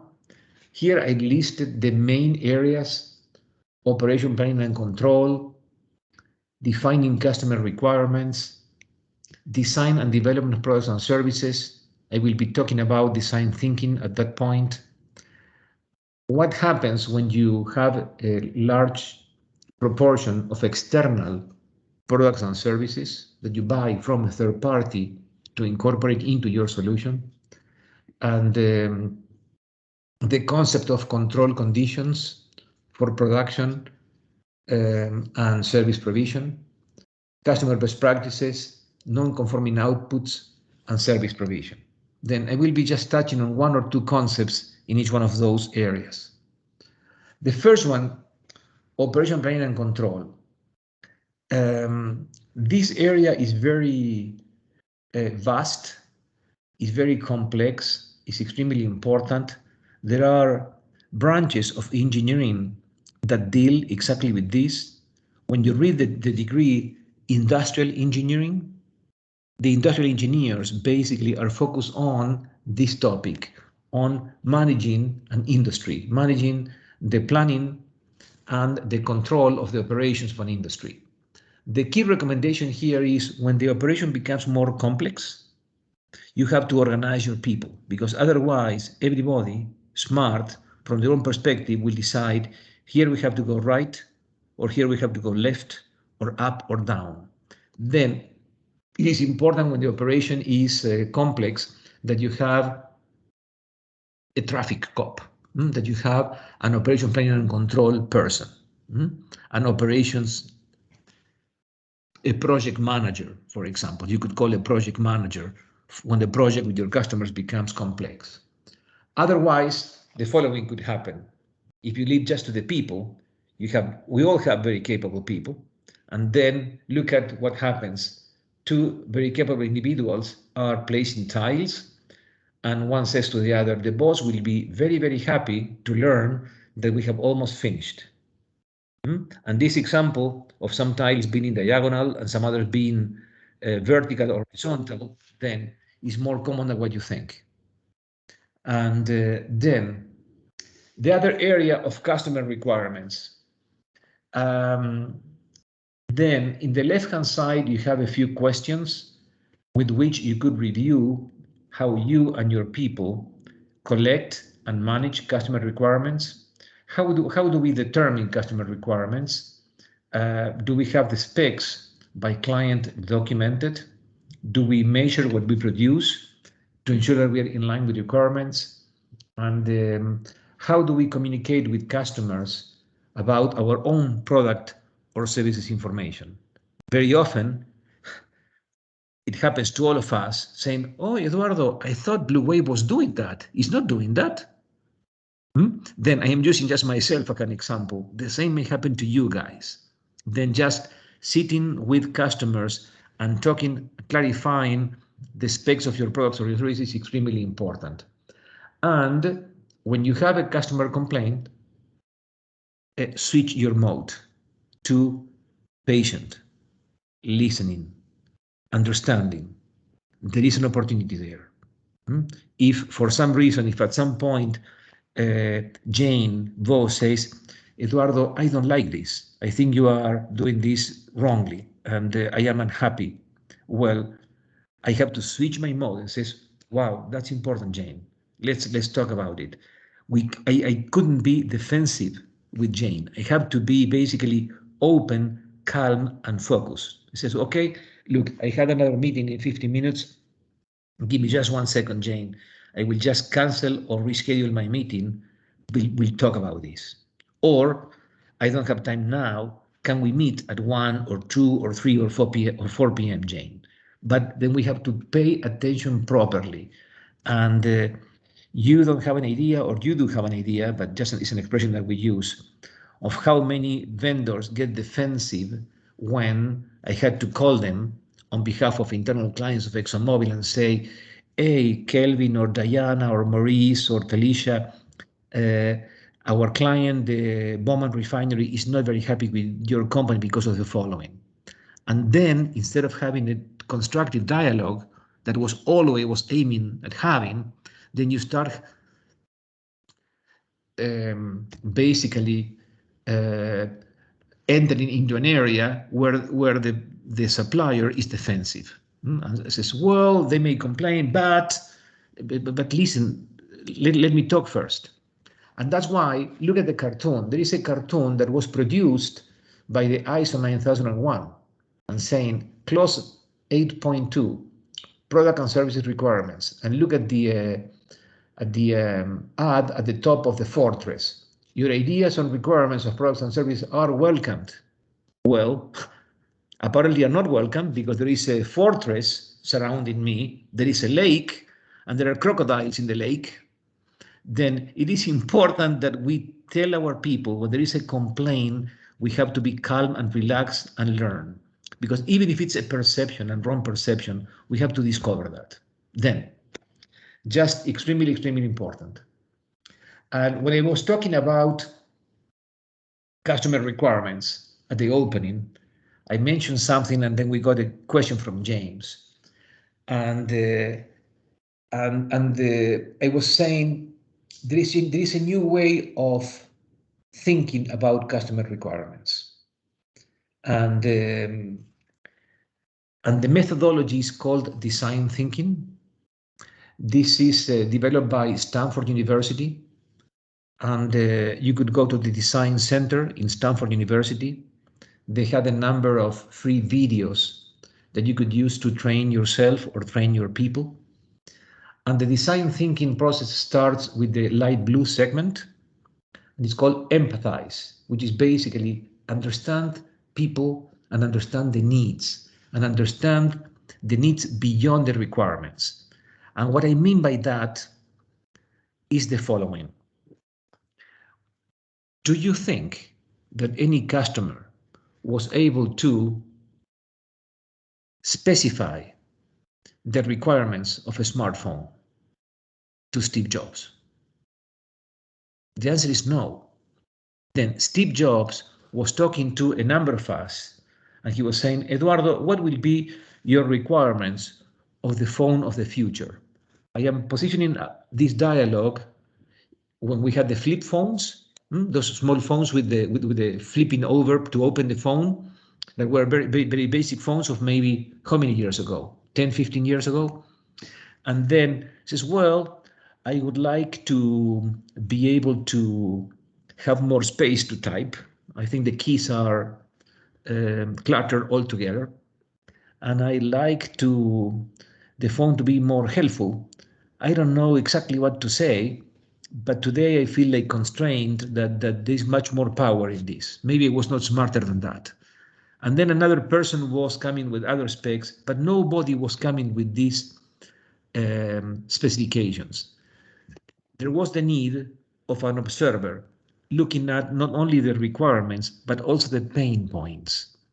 And that's what I wanted to describe. The pain points, sometimes you could ask a customer, okay, talk to me about that process and which are the aspects of the process that you could consider pain points. And by pain points, I mean, which are the aspects of the process that are too difficult to go through, too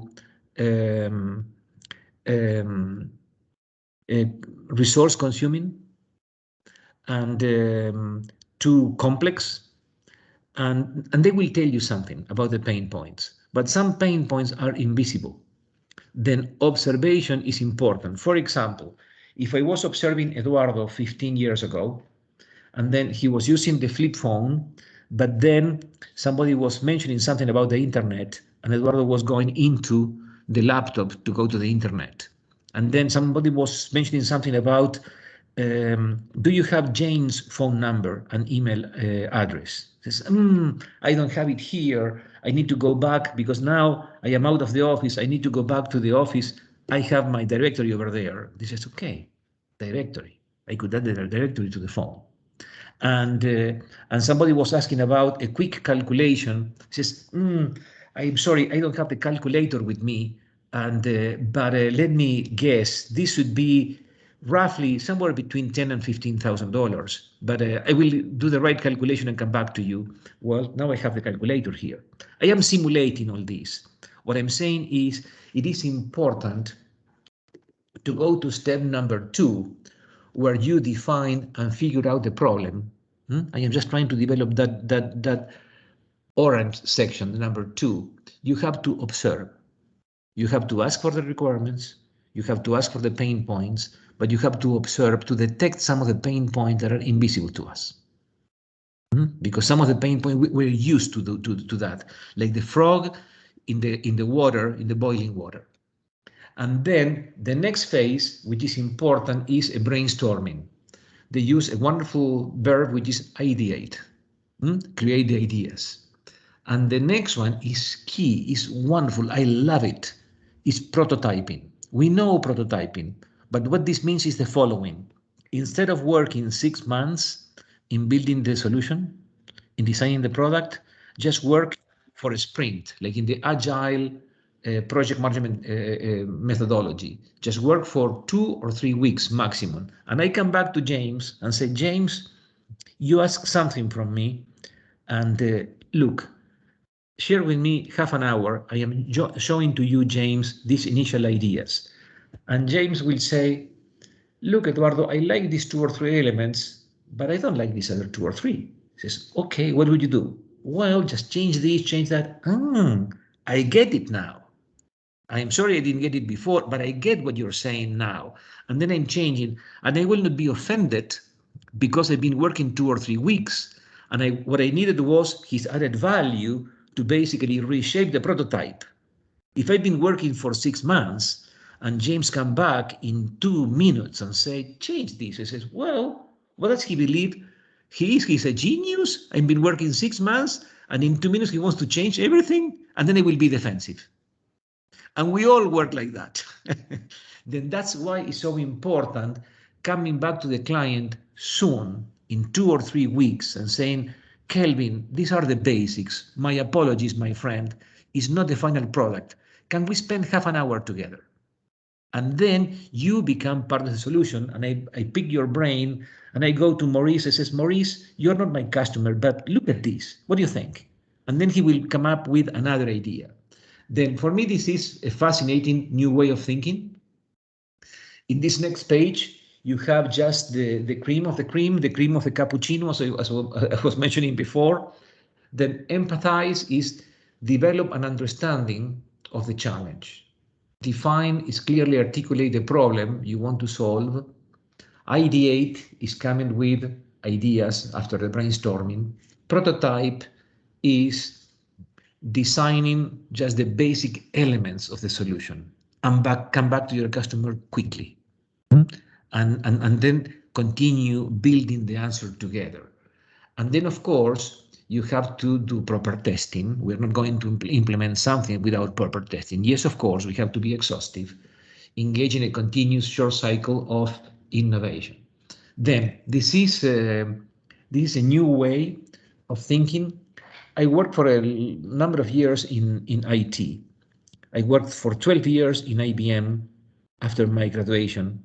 And then I was the IT manager in Exxon in Argentina for 7 years. Then 12 plus 7, 19 years.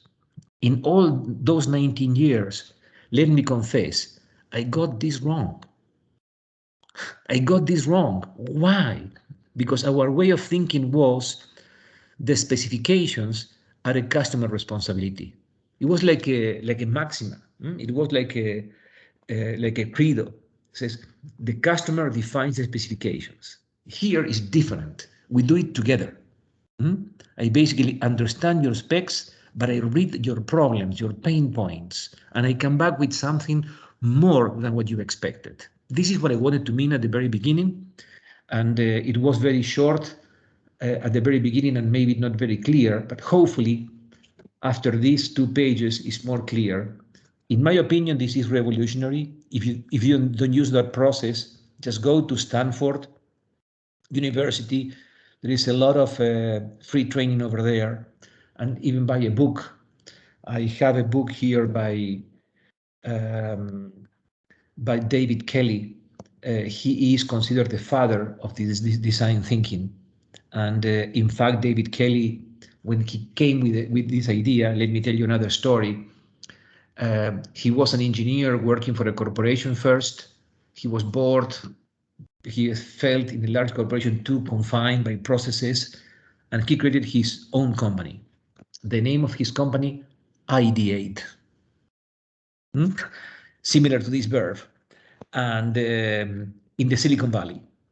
And Mr. Kelly went to see a number of CEOs of Silicon Valley and say, well, this is my design thinking process. And there was one CEO who came back to him and said, look, in my computer, I want to be able to get out of entering commands for getting the data. I want to be able to select objects. I want to be able to go to the screen and select an object. And from that object, maybe a drop down and maybe select another object. But I need a device to be able to do that. I don't know how to do that. He says, okay, let me think about it. And then Mr. Kelly came back with a very complex device and that was replicating the movement of the hand, the exact angle and the exact displacement. But the device was more than $1,000. And then the customer or the potential customer said, that's too expensive. This has to be massive. It has to be less than 100. And then he came with the idea. And what is the idea? The idea is the mouse. And the mouse, the device is not accurate. Why? Because when you move your hand, the mouse approximately reflects the direction and the displacement, and the rest is corrected by your brain because you are looking at where the mouse is located. And then if it's not exactly what I need, I change the location. And then Kelly invented the mouse, and the customer was Steve Jobs. And the mouse was invented for the Mac computer. And this is the story of the beginning of this process. It's a wonderful, very, very, very powerful process. Hopefully you like it. Any comments?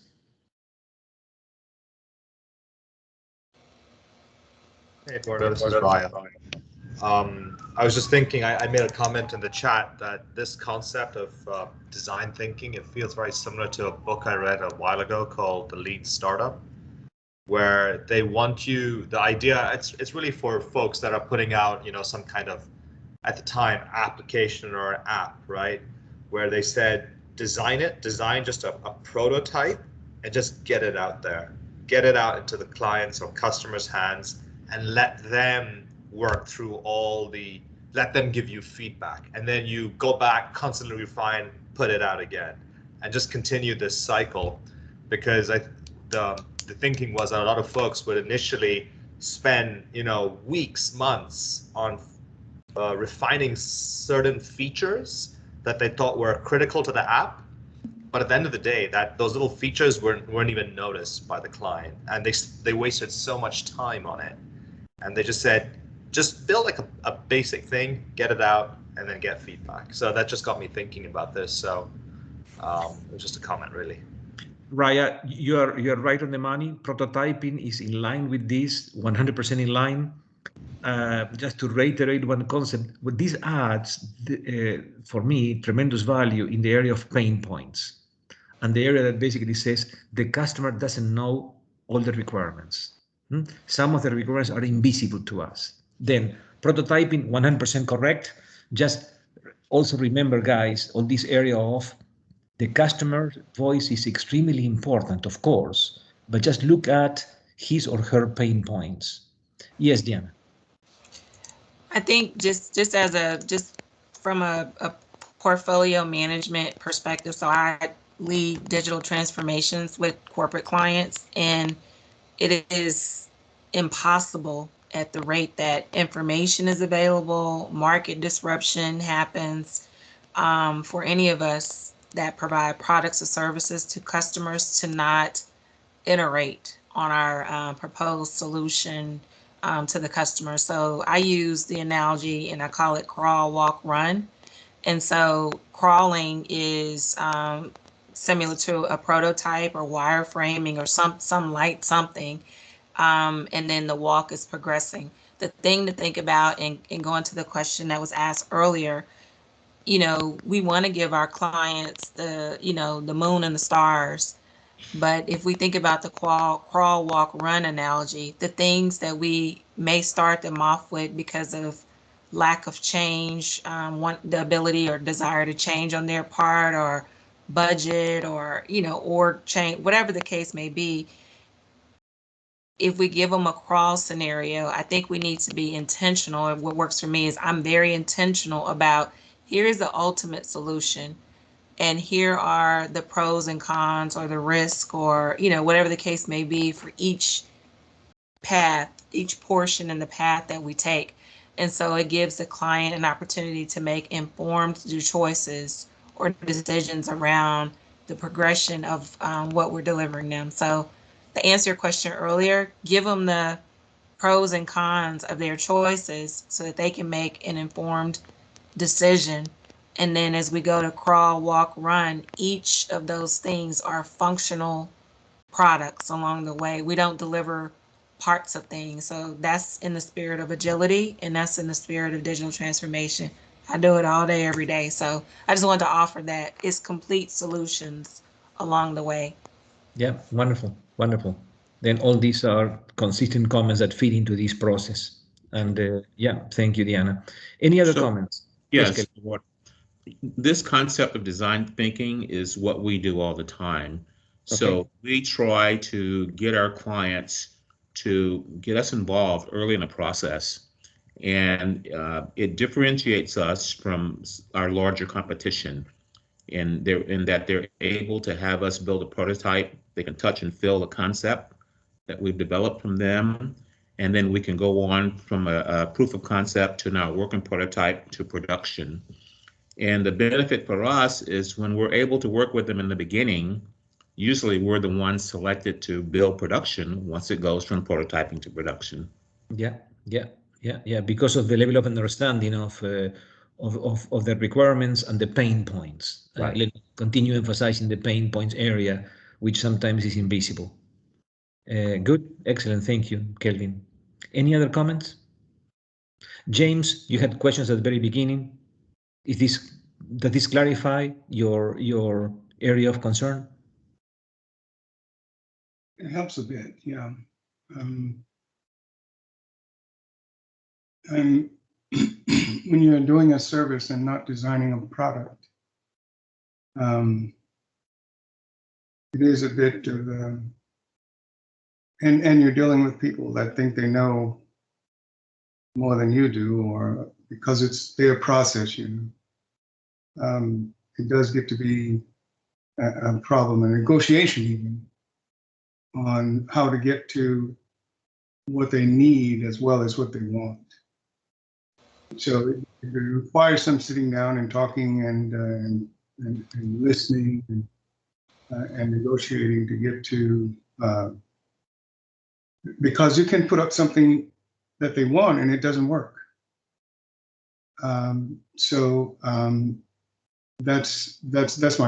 That was why I asked the question. Yeah. I like that expression. You can sometimes implement what they want and it doesn't work. Then you have to think broader. And yeah. Evelyn, any reaction from you and your vast experience in dealing with customers? Thank you for giving me this opportunity, Eduardo. I had a customer where customers, big company, they came out with a cable. They wanted me to look at the cable and all that. And most of the time, I like to have the bill of materials, the schematic, the layout, specifications always, so I can understand where we're going to go. We have a meeting, we get together and we talk about it. But this was very, very weird. I know that we believe as business owners, we want a solution and an end result for our customers. But just like James was talking about, sometimes customers, they give you stuff that they don't give you enough information. And so it's like pulling teeth. So we're not the engineering. I have engineering, but I'm not the one to make a decision of saying, yes, we can do this until we have this meeting. And then we'll approach them and say, look, this is the way we know that it's okay, but are you going to approve of it? Because I don't know if it's going to work.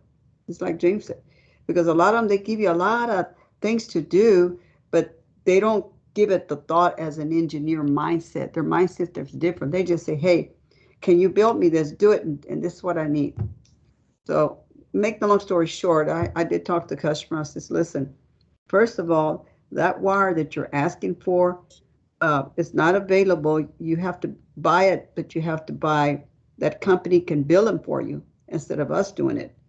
You know, and they questioned us of why we were asking for that wire because they built these. So I was concerned, are we copycatting here? You know, so we have to be careful. And I agree with James saying, and all of us, that we need to make sure that we do the design thinking of the process of what we have to do if we're able to, and we may not be able to do it. It all depends on the customer. If he just gives you, here, do it, you know, here's what I want. Yeah. We don't know if they're real or not, and that's really hard, you know. It's hard. It's hard. It's hard. And imagine working in procurement 25 years. Yeah. How often Oh my God. the customer says, this is the product that you need to buy, or the service that you need to buy. And sometimes being criticized. Yes. Because we are taking up front like 2 or 3 or 4 additional weeks to clarify the requirement. Yes. Because it's not clear what we need to buy or the service we need to contract. And of course, they come back to you and say, well, look, it's 2 or 3 weeks and you guys are not moving. And you say, well, in which language are we speaking here, right? then I think all is healthy. It's a healthy discussion. Yes. To understand that sometimes we behave as clients, because we all have these two roles, right? We are service providers to somebody, and sometimes we are clients. Just to focus properly on what is the problem that needs to be solved. That's the fundamental question. A lot of times we have to educate our customers on some things, because some may not have that knowledge, don't know. It's like you're talking to the wall. You know, if it's a technical person, it's good to have because they can help you. But if it's somebody that's not technical, it's so hard to work. And sometimes you want to clarify that when it says, well, without going to the details, let's keep this strategic. It says, well, some details are strategic, right? But well, I think we are having a good conversation, but thank you for the feedback. All is extremely, extremely valuable. Then this chapter also speaks about when you need to incorporate products and services from third parties. It's very often that we need to buy products from other sources or services from other sources and incorporate into our solution. Then their quality becomes, to some extent, our quality, because we are incorporating products and services from third parties. Then my only recommendation here is, if the complexity and the number of products and services from third parties that we need to incorporate grows, then just think about using a professional procurement organization, or think about having somebody or a few people with that specific role in your company. After having worked for 25 years in procurement, I've seen and I've suffered in my own skin the complexities of the process. Then this is not a bureaucratic place the PO type of thing. Yes. Let's just be careful. If the complexity grows, don't fall into the trap of considering this an admin process. And then the standard also speaks about control conditions. Then when we operate, we have to operate in control conditions to ensure that what we want is being delivered, just to say in simple terms. And then control conditions imply a number of requirements. Here in the tile at the left, I've included some documented characteristics. Then everybody understands how that control panel that you produce, Evelyn, how it's supposed to be wired and the components and the inputs and the outputs, and to have the monitoring processes to ensure that the work is being done properly, to have competent resources with the adequate qualifications, and prevent human errors. Traceability is important because mistakes will happen. Just to be able to go back and understand what was the source of the mistake. It was this product that I got from that vendor that was not totally in specifications. And then, well, we will have to go through the continuous improvement process, and maybe I need to do inspections or I need to do quality controls upon reception, and I didn't do it.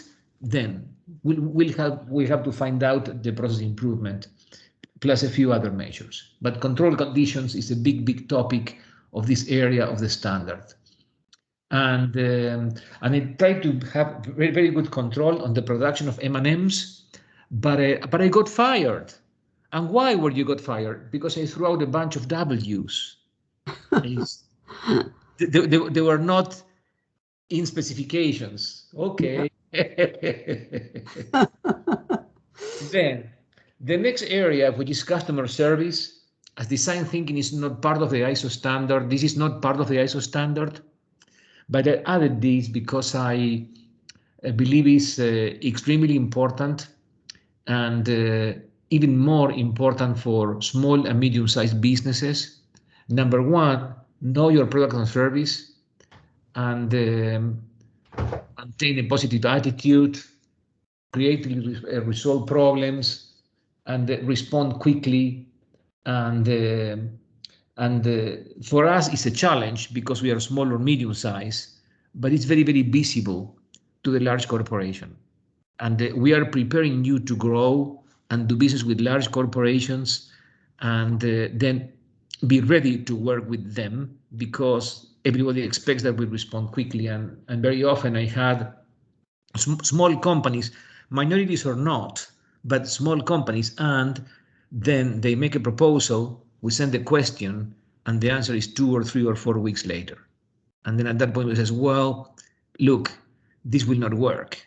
And I know it is a challenge, but this area of customer service is extremely important.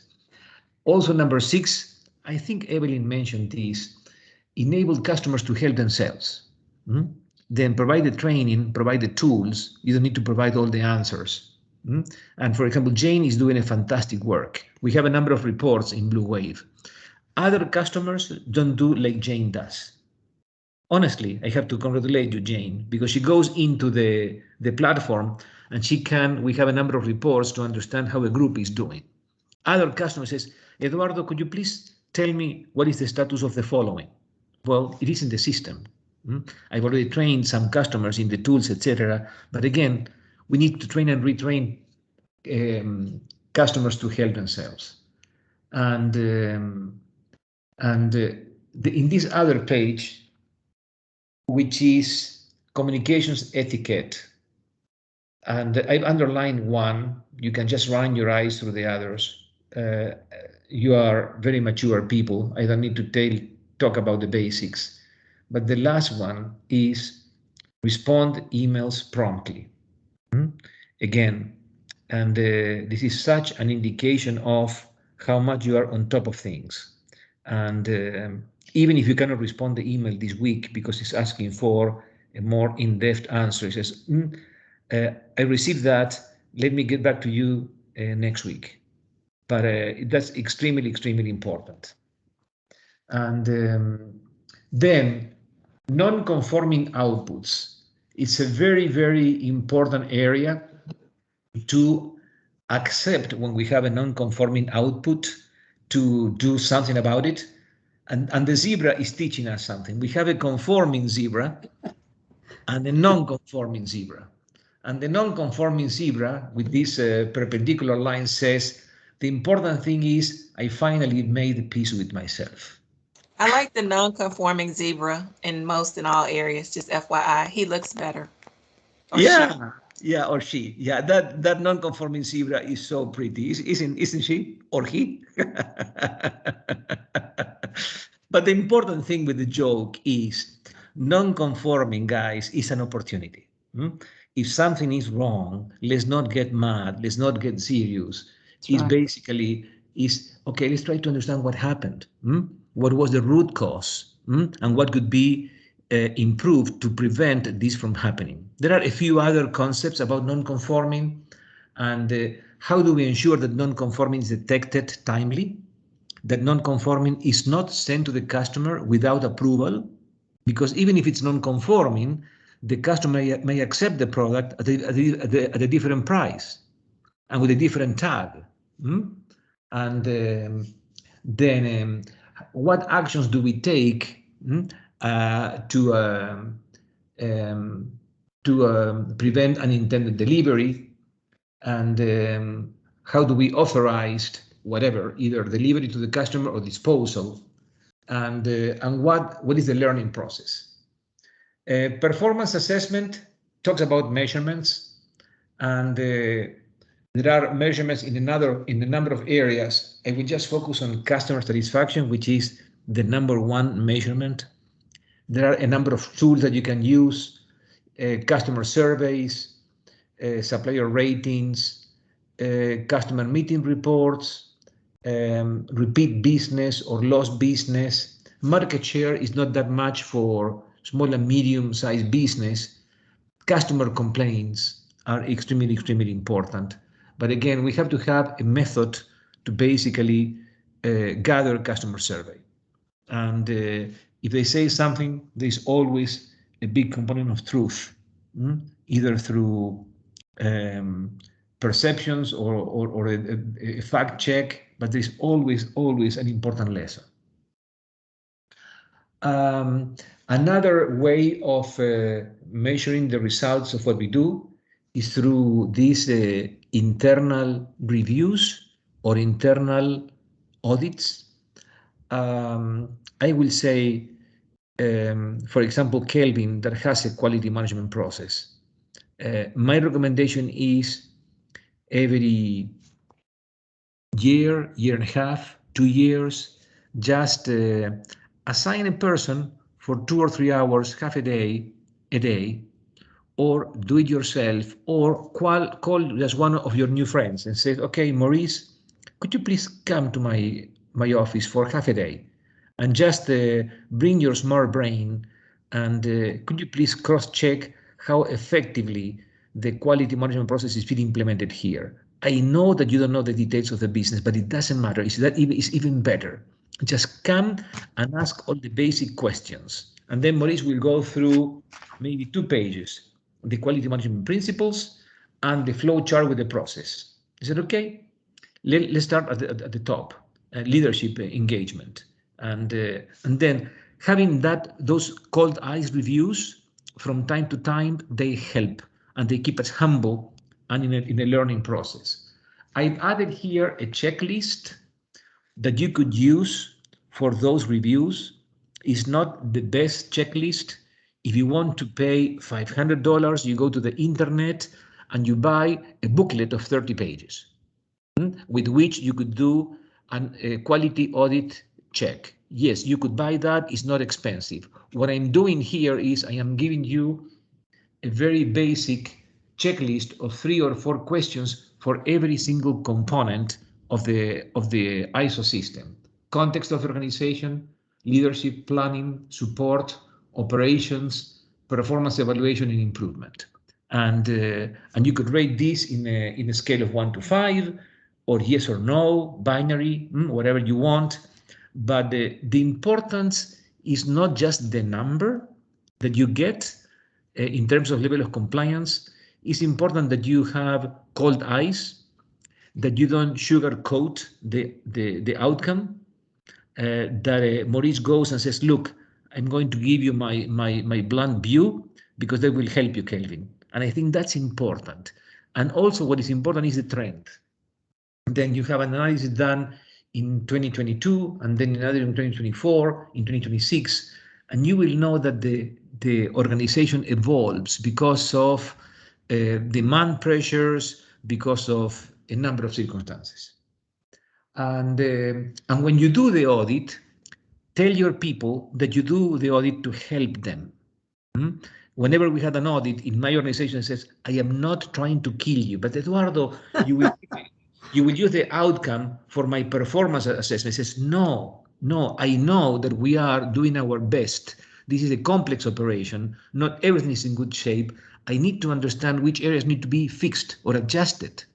Then be forthcoming, please, and avoid the syndrome of Bob, because we already know, Bob, that your department in BP is being audited this week. And then people feel like they are the target, and they will be wrong.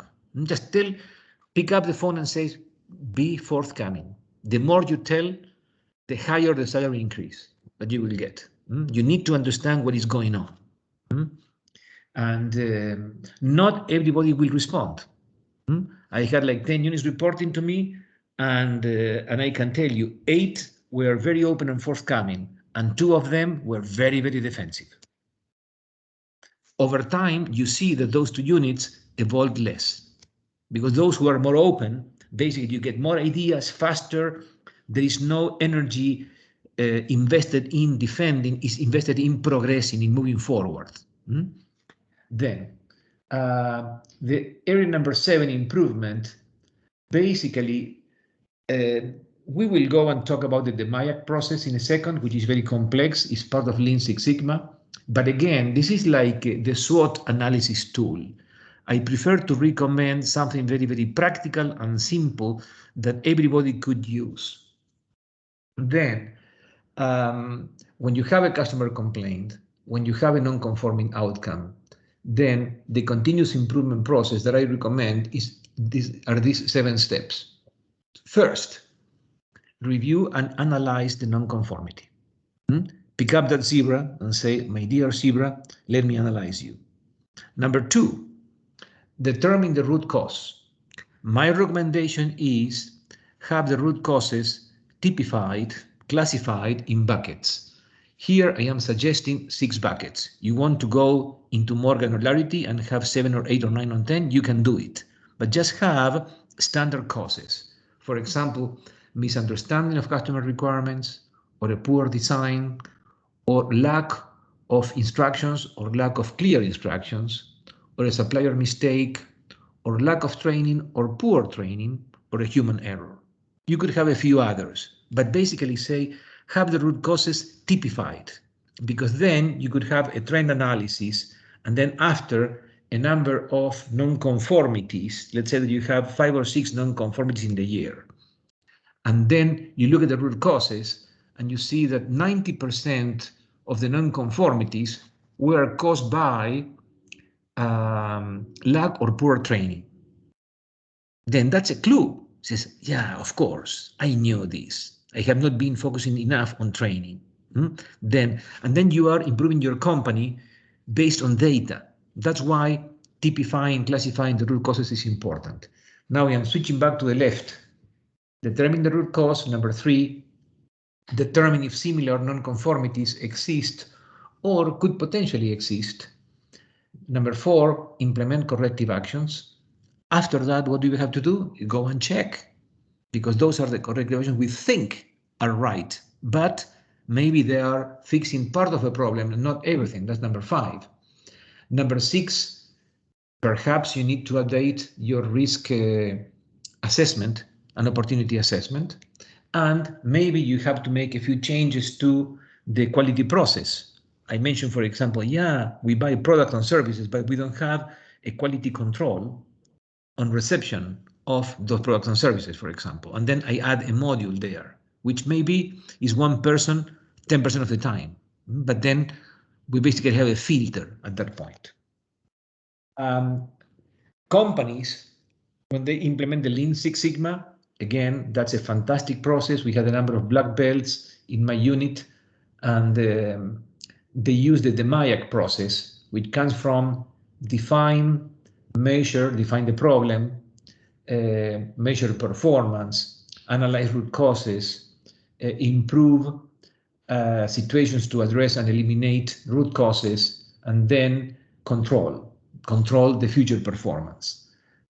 Here you have the typical matrix that is used for each one of those 5 steps of the MIAC, the purpose of every step, the primary tools, the key outputs. Look, in a large company like ExxonMobil, we used a tool like this in the last 10 years once. Then I am recommending these tools, but are not for everyday use. For everyday use, for continuous improvement, use this process. It's a very simple continuous improvement process and the classification of root causes. Just be aware that if you need to go deeper, you could use the MIAC. Eventually, you can train your people in the MIAC and provide these services to customers, to larger corporations. But for us, small and medium size, process is more than enough. But you can use this tool as part of your toolkit for selling consultancy services, right? And get a black belt in Lean Six Sigma. That will be my take. And then we have covered already these 20 core concepts, and let's go through them quickly.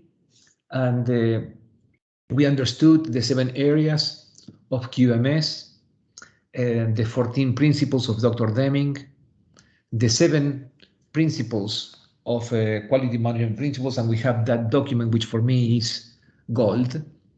The PDCA approach: plan, do, control what you do through the check, and then implement the improvements through the act. Understand QMS as a process. Remember that flow chart where we have leadership, context, scope, quality policy, quality objectives, quality programs, and improvement.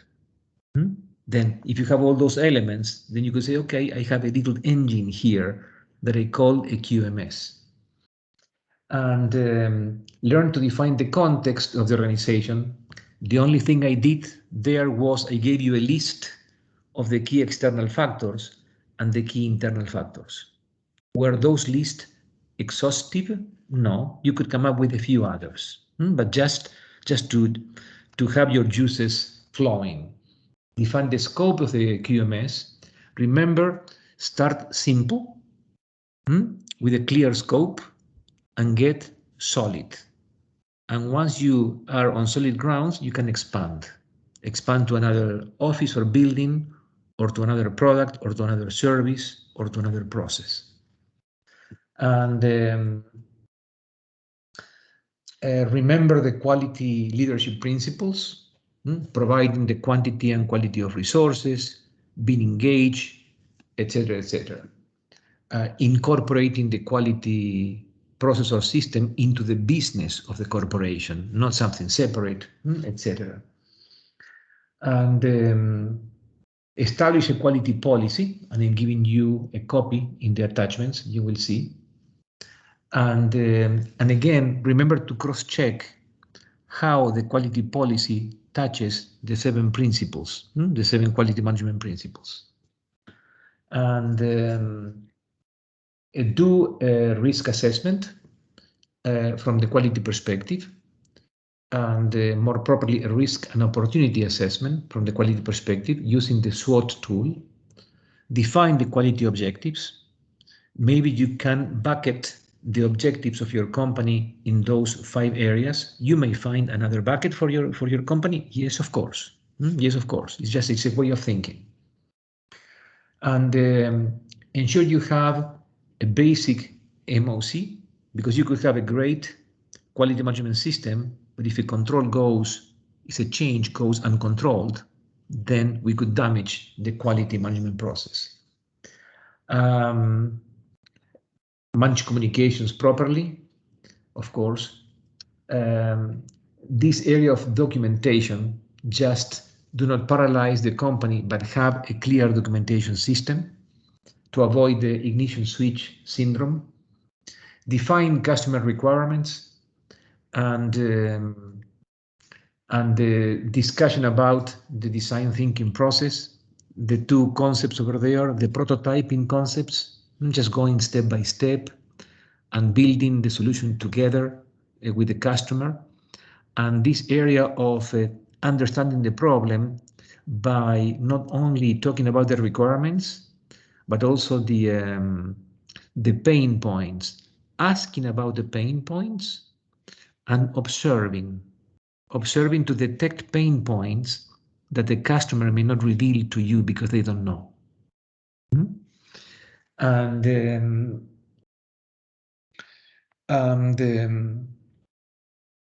ensuring that your people have a customer service best practices. I have like 20 bullets. Select 4 or 5 that are relevant to you and that your people follow. Managing non-conforming outputs and our dear zebra. And conduct from time to time, whatever timing is adequate for you, a review of your QMS. And it just could be half a day. And you could say, well, could you please come over and just review, these were my objectives.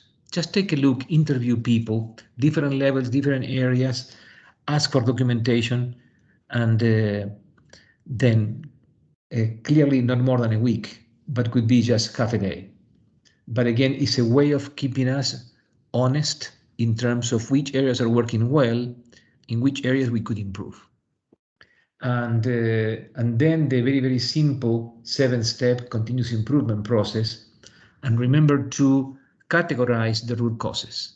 And then you could do statistical analysis when you have a number of non-conforming outcomes over time. And then that's all for today. And we are within the time arrangement. It's 11:45. The next meeting is October 13. We'll be talking about corporate policies. Then between now and then is 2 weeks. There is plenty of time, honestly. I will send you in the afternoon copy of the documents that need to be customized. Then you could customize these documents. You could cut and paste. It will be a Word document. You can customize to your business context.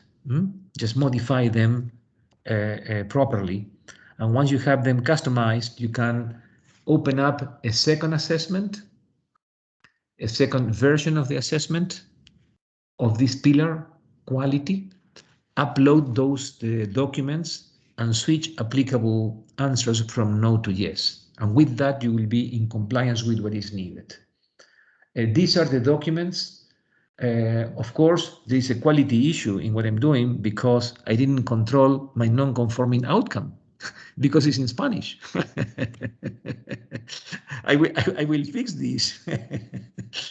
Then I will fix this and I will send you the right version in the afternoon. But basically, in the right language, these are the templates. This is an example of a quality policy, an example of the list of external and internal issues. I have a number of those that are not applicable to me, but nevertheless, I kept those as a menu, applicable, high priority, not applicable, etc., just for you to be able to choose from. And an example of where our quality process is focused. We are not, like you, Kelvin, ISO certified, but we have a quality process. But this is where we focus our eyes. A communication example. We, as Blue Whale, we are committed to quality because of the following. This is the SWOT analysis, the 2 internal factors, strengths and weaknesses, and the 2 external factors, opportunities and threats. 2 positives, 2 negatives. And we call this risk and opportunity because the weaknesses and threats are the risks, and the opportunities are the strengths and the opportunities themselves.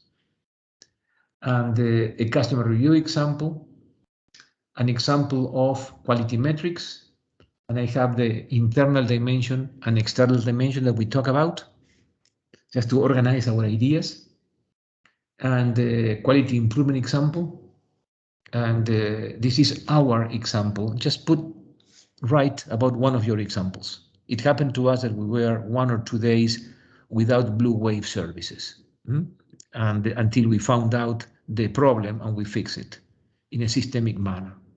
You can just talk about any problem that you have fixed. And then remember that for performing the second self-assessment, you go to that address https://hmsdc.bluewavesdp.com. You log in with your email and password. If you need collaborators, you click add. You click collaborators and you click add and just add the email address. And to generate a new version, let's say we are now in quality. You go to self-assessments, go to quality, and basically here, and basically click the add button. Not sure if that is clear, but can you see the plus add button? Then here I perform 2 assessments of the cybersecurity pillar, and the 2 of them in 2021, version 1 and version 2. This is an example. Then I want to do version 3. Then I go to self-assessments, I go to cybersecurity, click add, and what the system will do is will copy assessment 2 into assessment 3. Then assessment 3, the starting point will be where you finished in assessment 2. The example is on cyber, but I'm saying in the area of quality, if you need to do the next assessment, just go to quality, stand on quality, you will see the plus add, click that, and then you will open up the second assessment. And the previous chart was about save and submit. Then remember,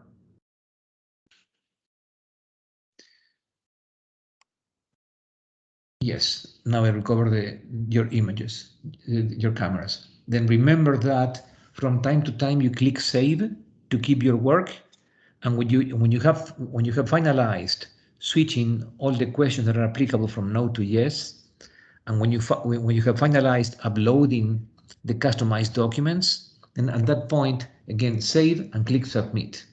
If you do not click submit, the work stays in your work area. If you click submit, you say, okay, Jane, Eduardo, I am done. Here you have. That's what submit means. And then I think this is all for today. And we are within the time arrangement, a few minutes before 12. And hopefully it was of value. We covered a lot of territory in 2 hours and a half, roughly, discounting the social timing at the beginning and the break. And a quality class usually takes like a complete week or so. But again, this is an approach for 2080, just giving 20% of the elements that could give you guys significant value. Any comments, any feedback before we disconnect? I see that we have some Samuel Caban. Then welcome, Sam. Thank you.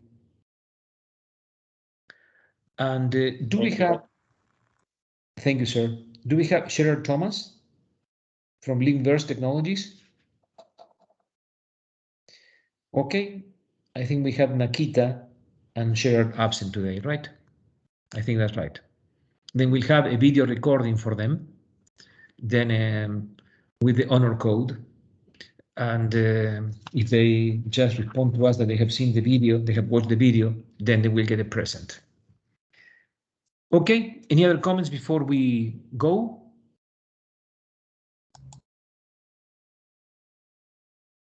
Good session, thank you. Okay. Thank you. Then, okay, thank you to all of you. Enjoy the evening. Whatever you need in performing the second assessment of the quality pillar, feel free to call or WhatsApp me. I am here, happy to support you guys. Thank you very much. Bye. Okay. Thank you. Take care. Bye. Bye. Great Thank day. you. Bye bye. Enjoy. Bye, everyone.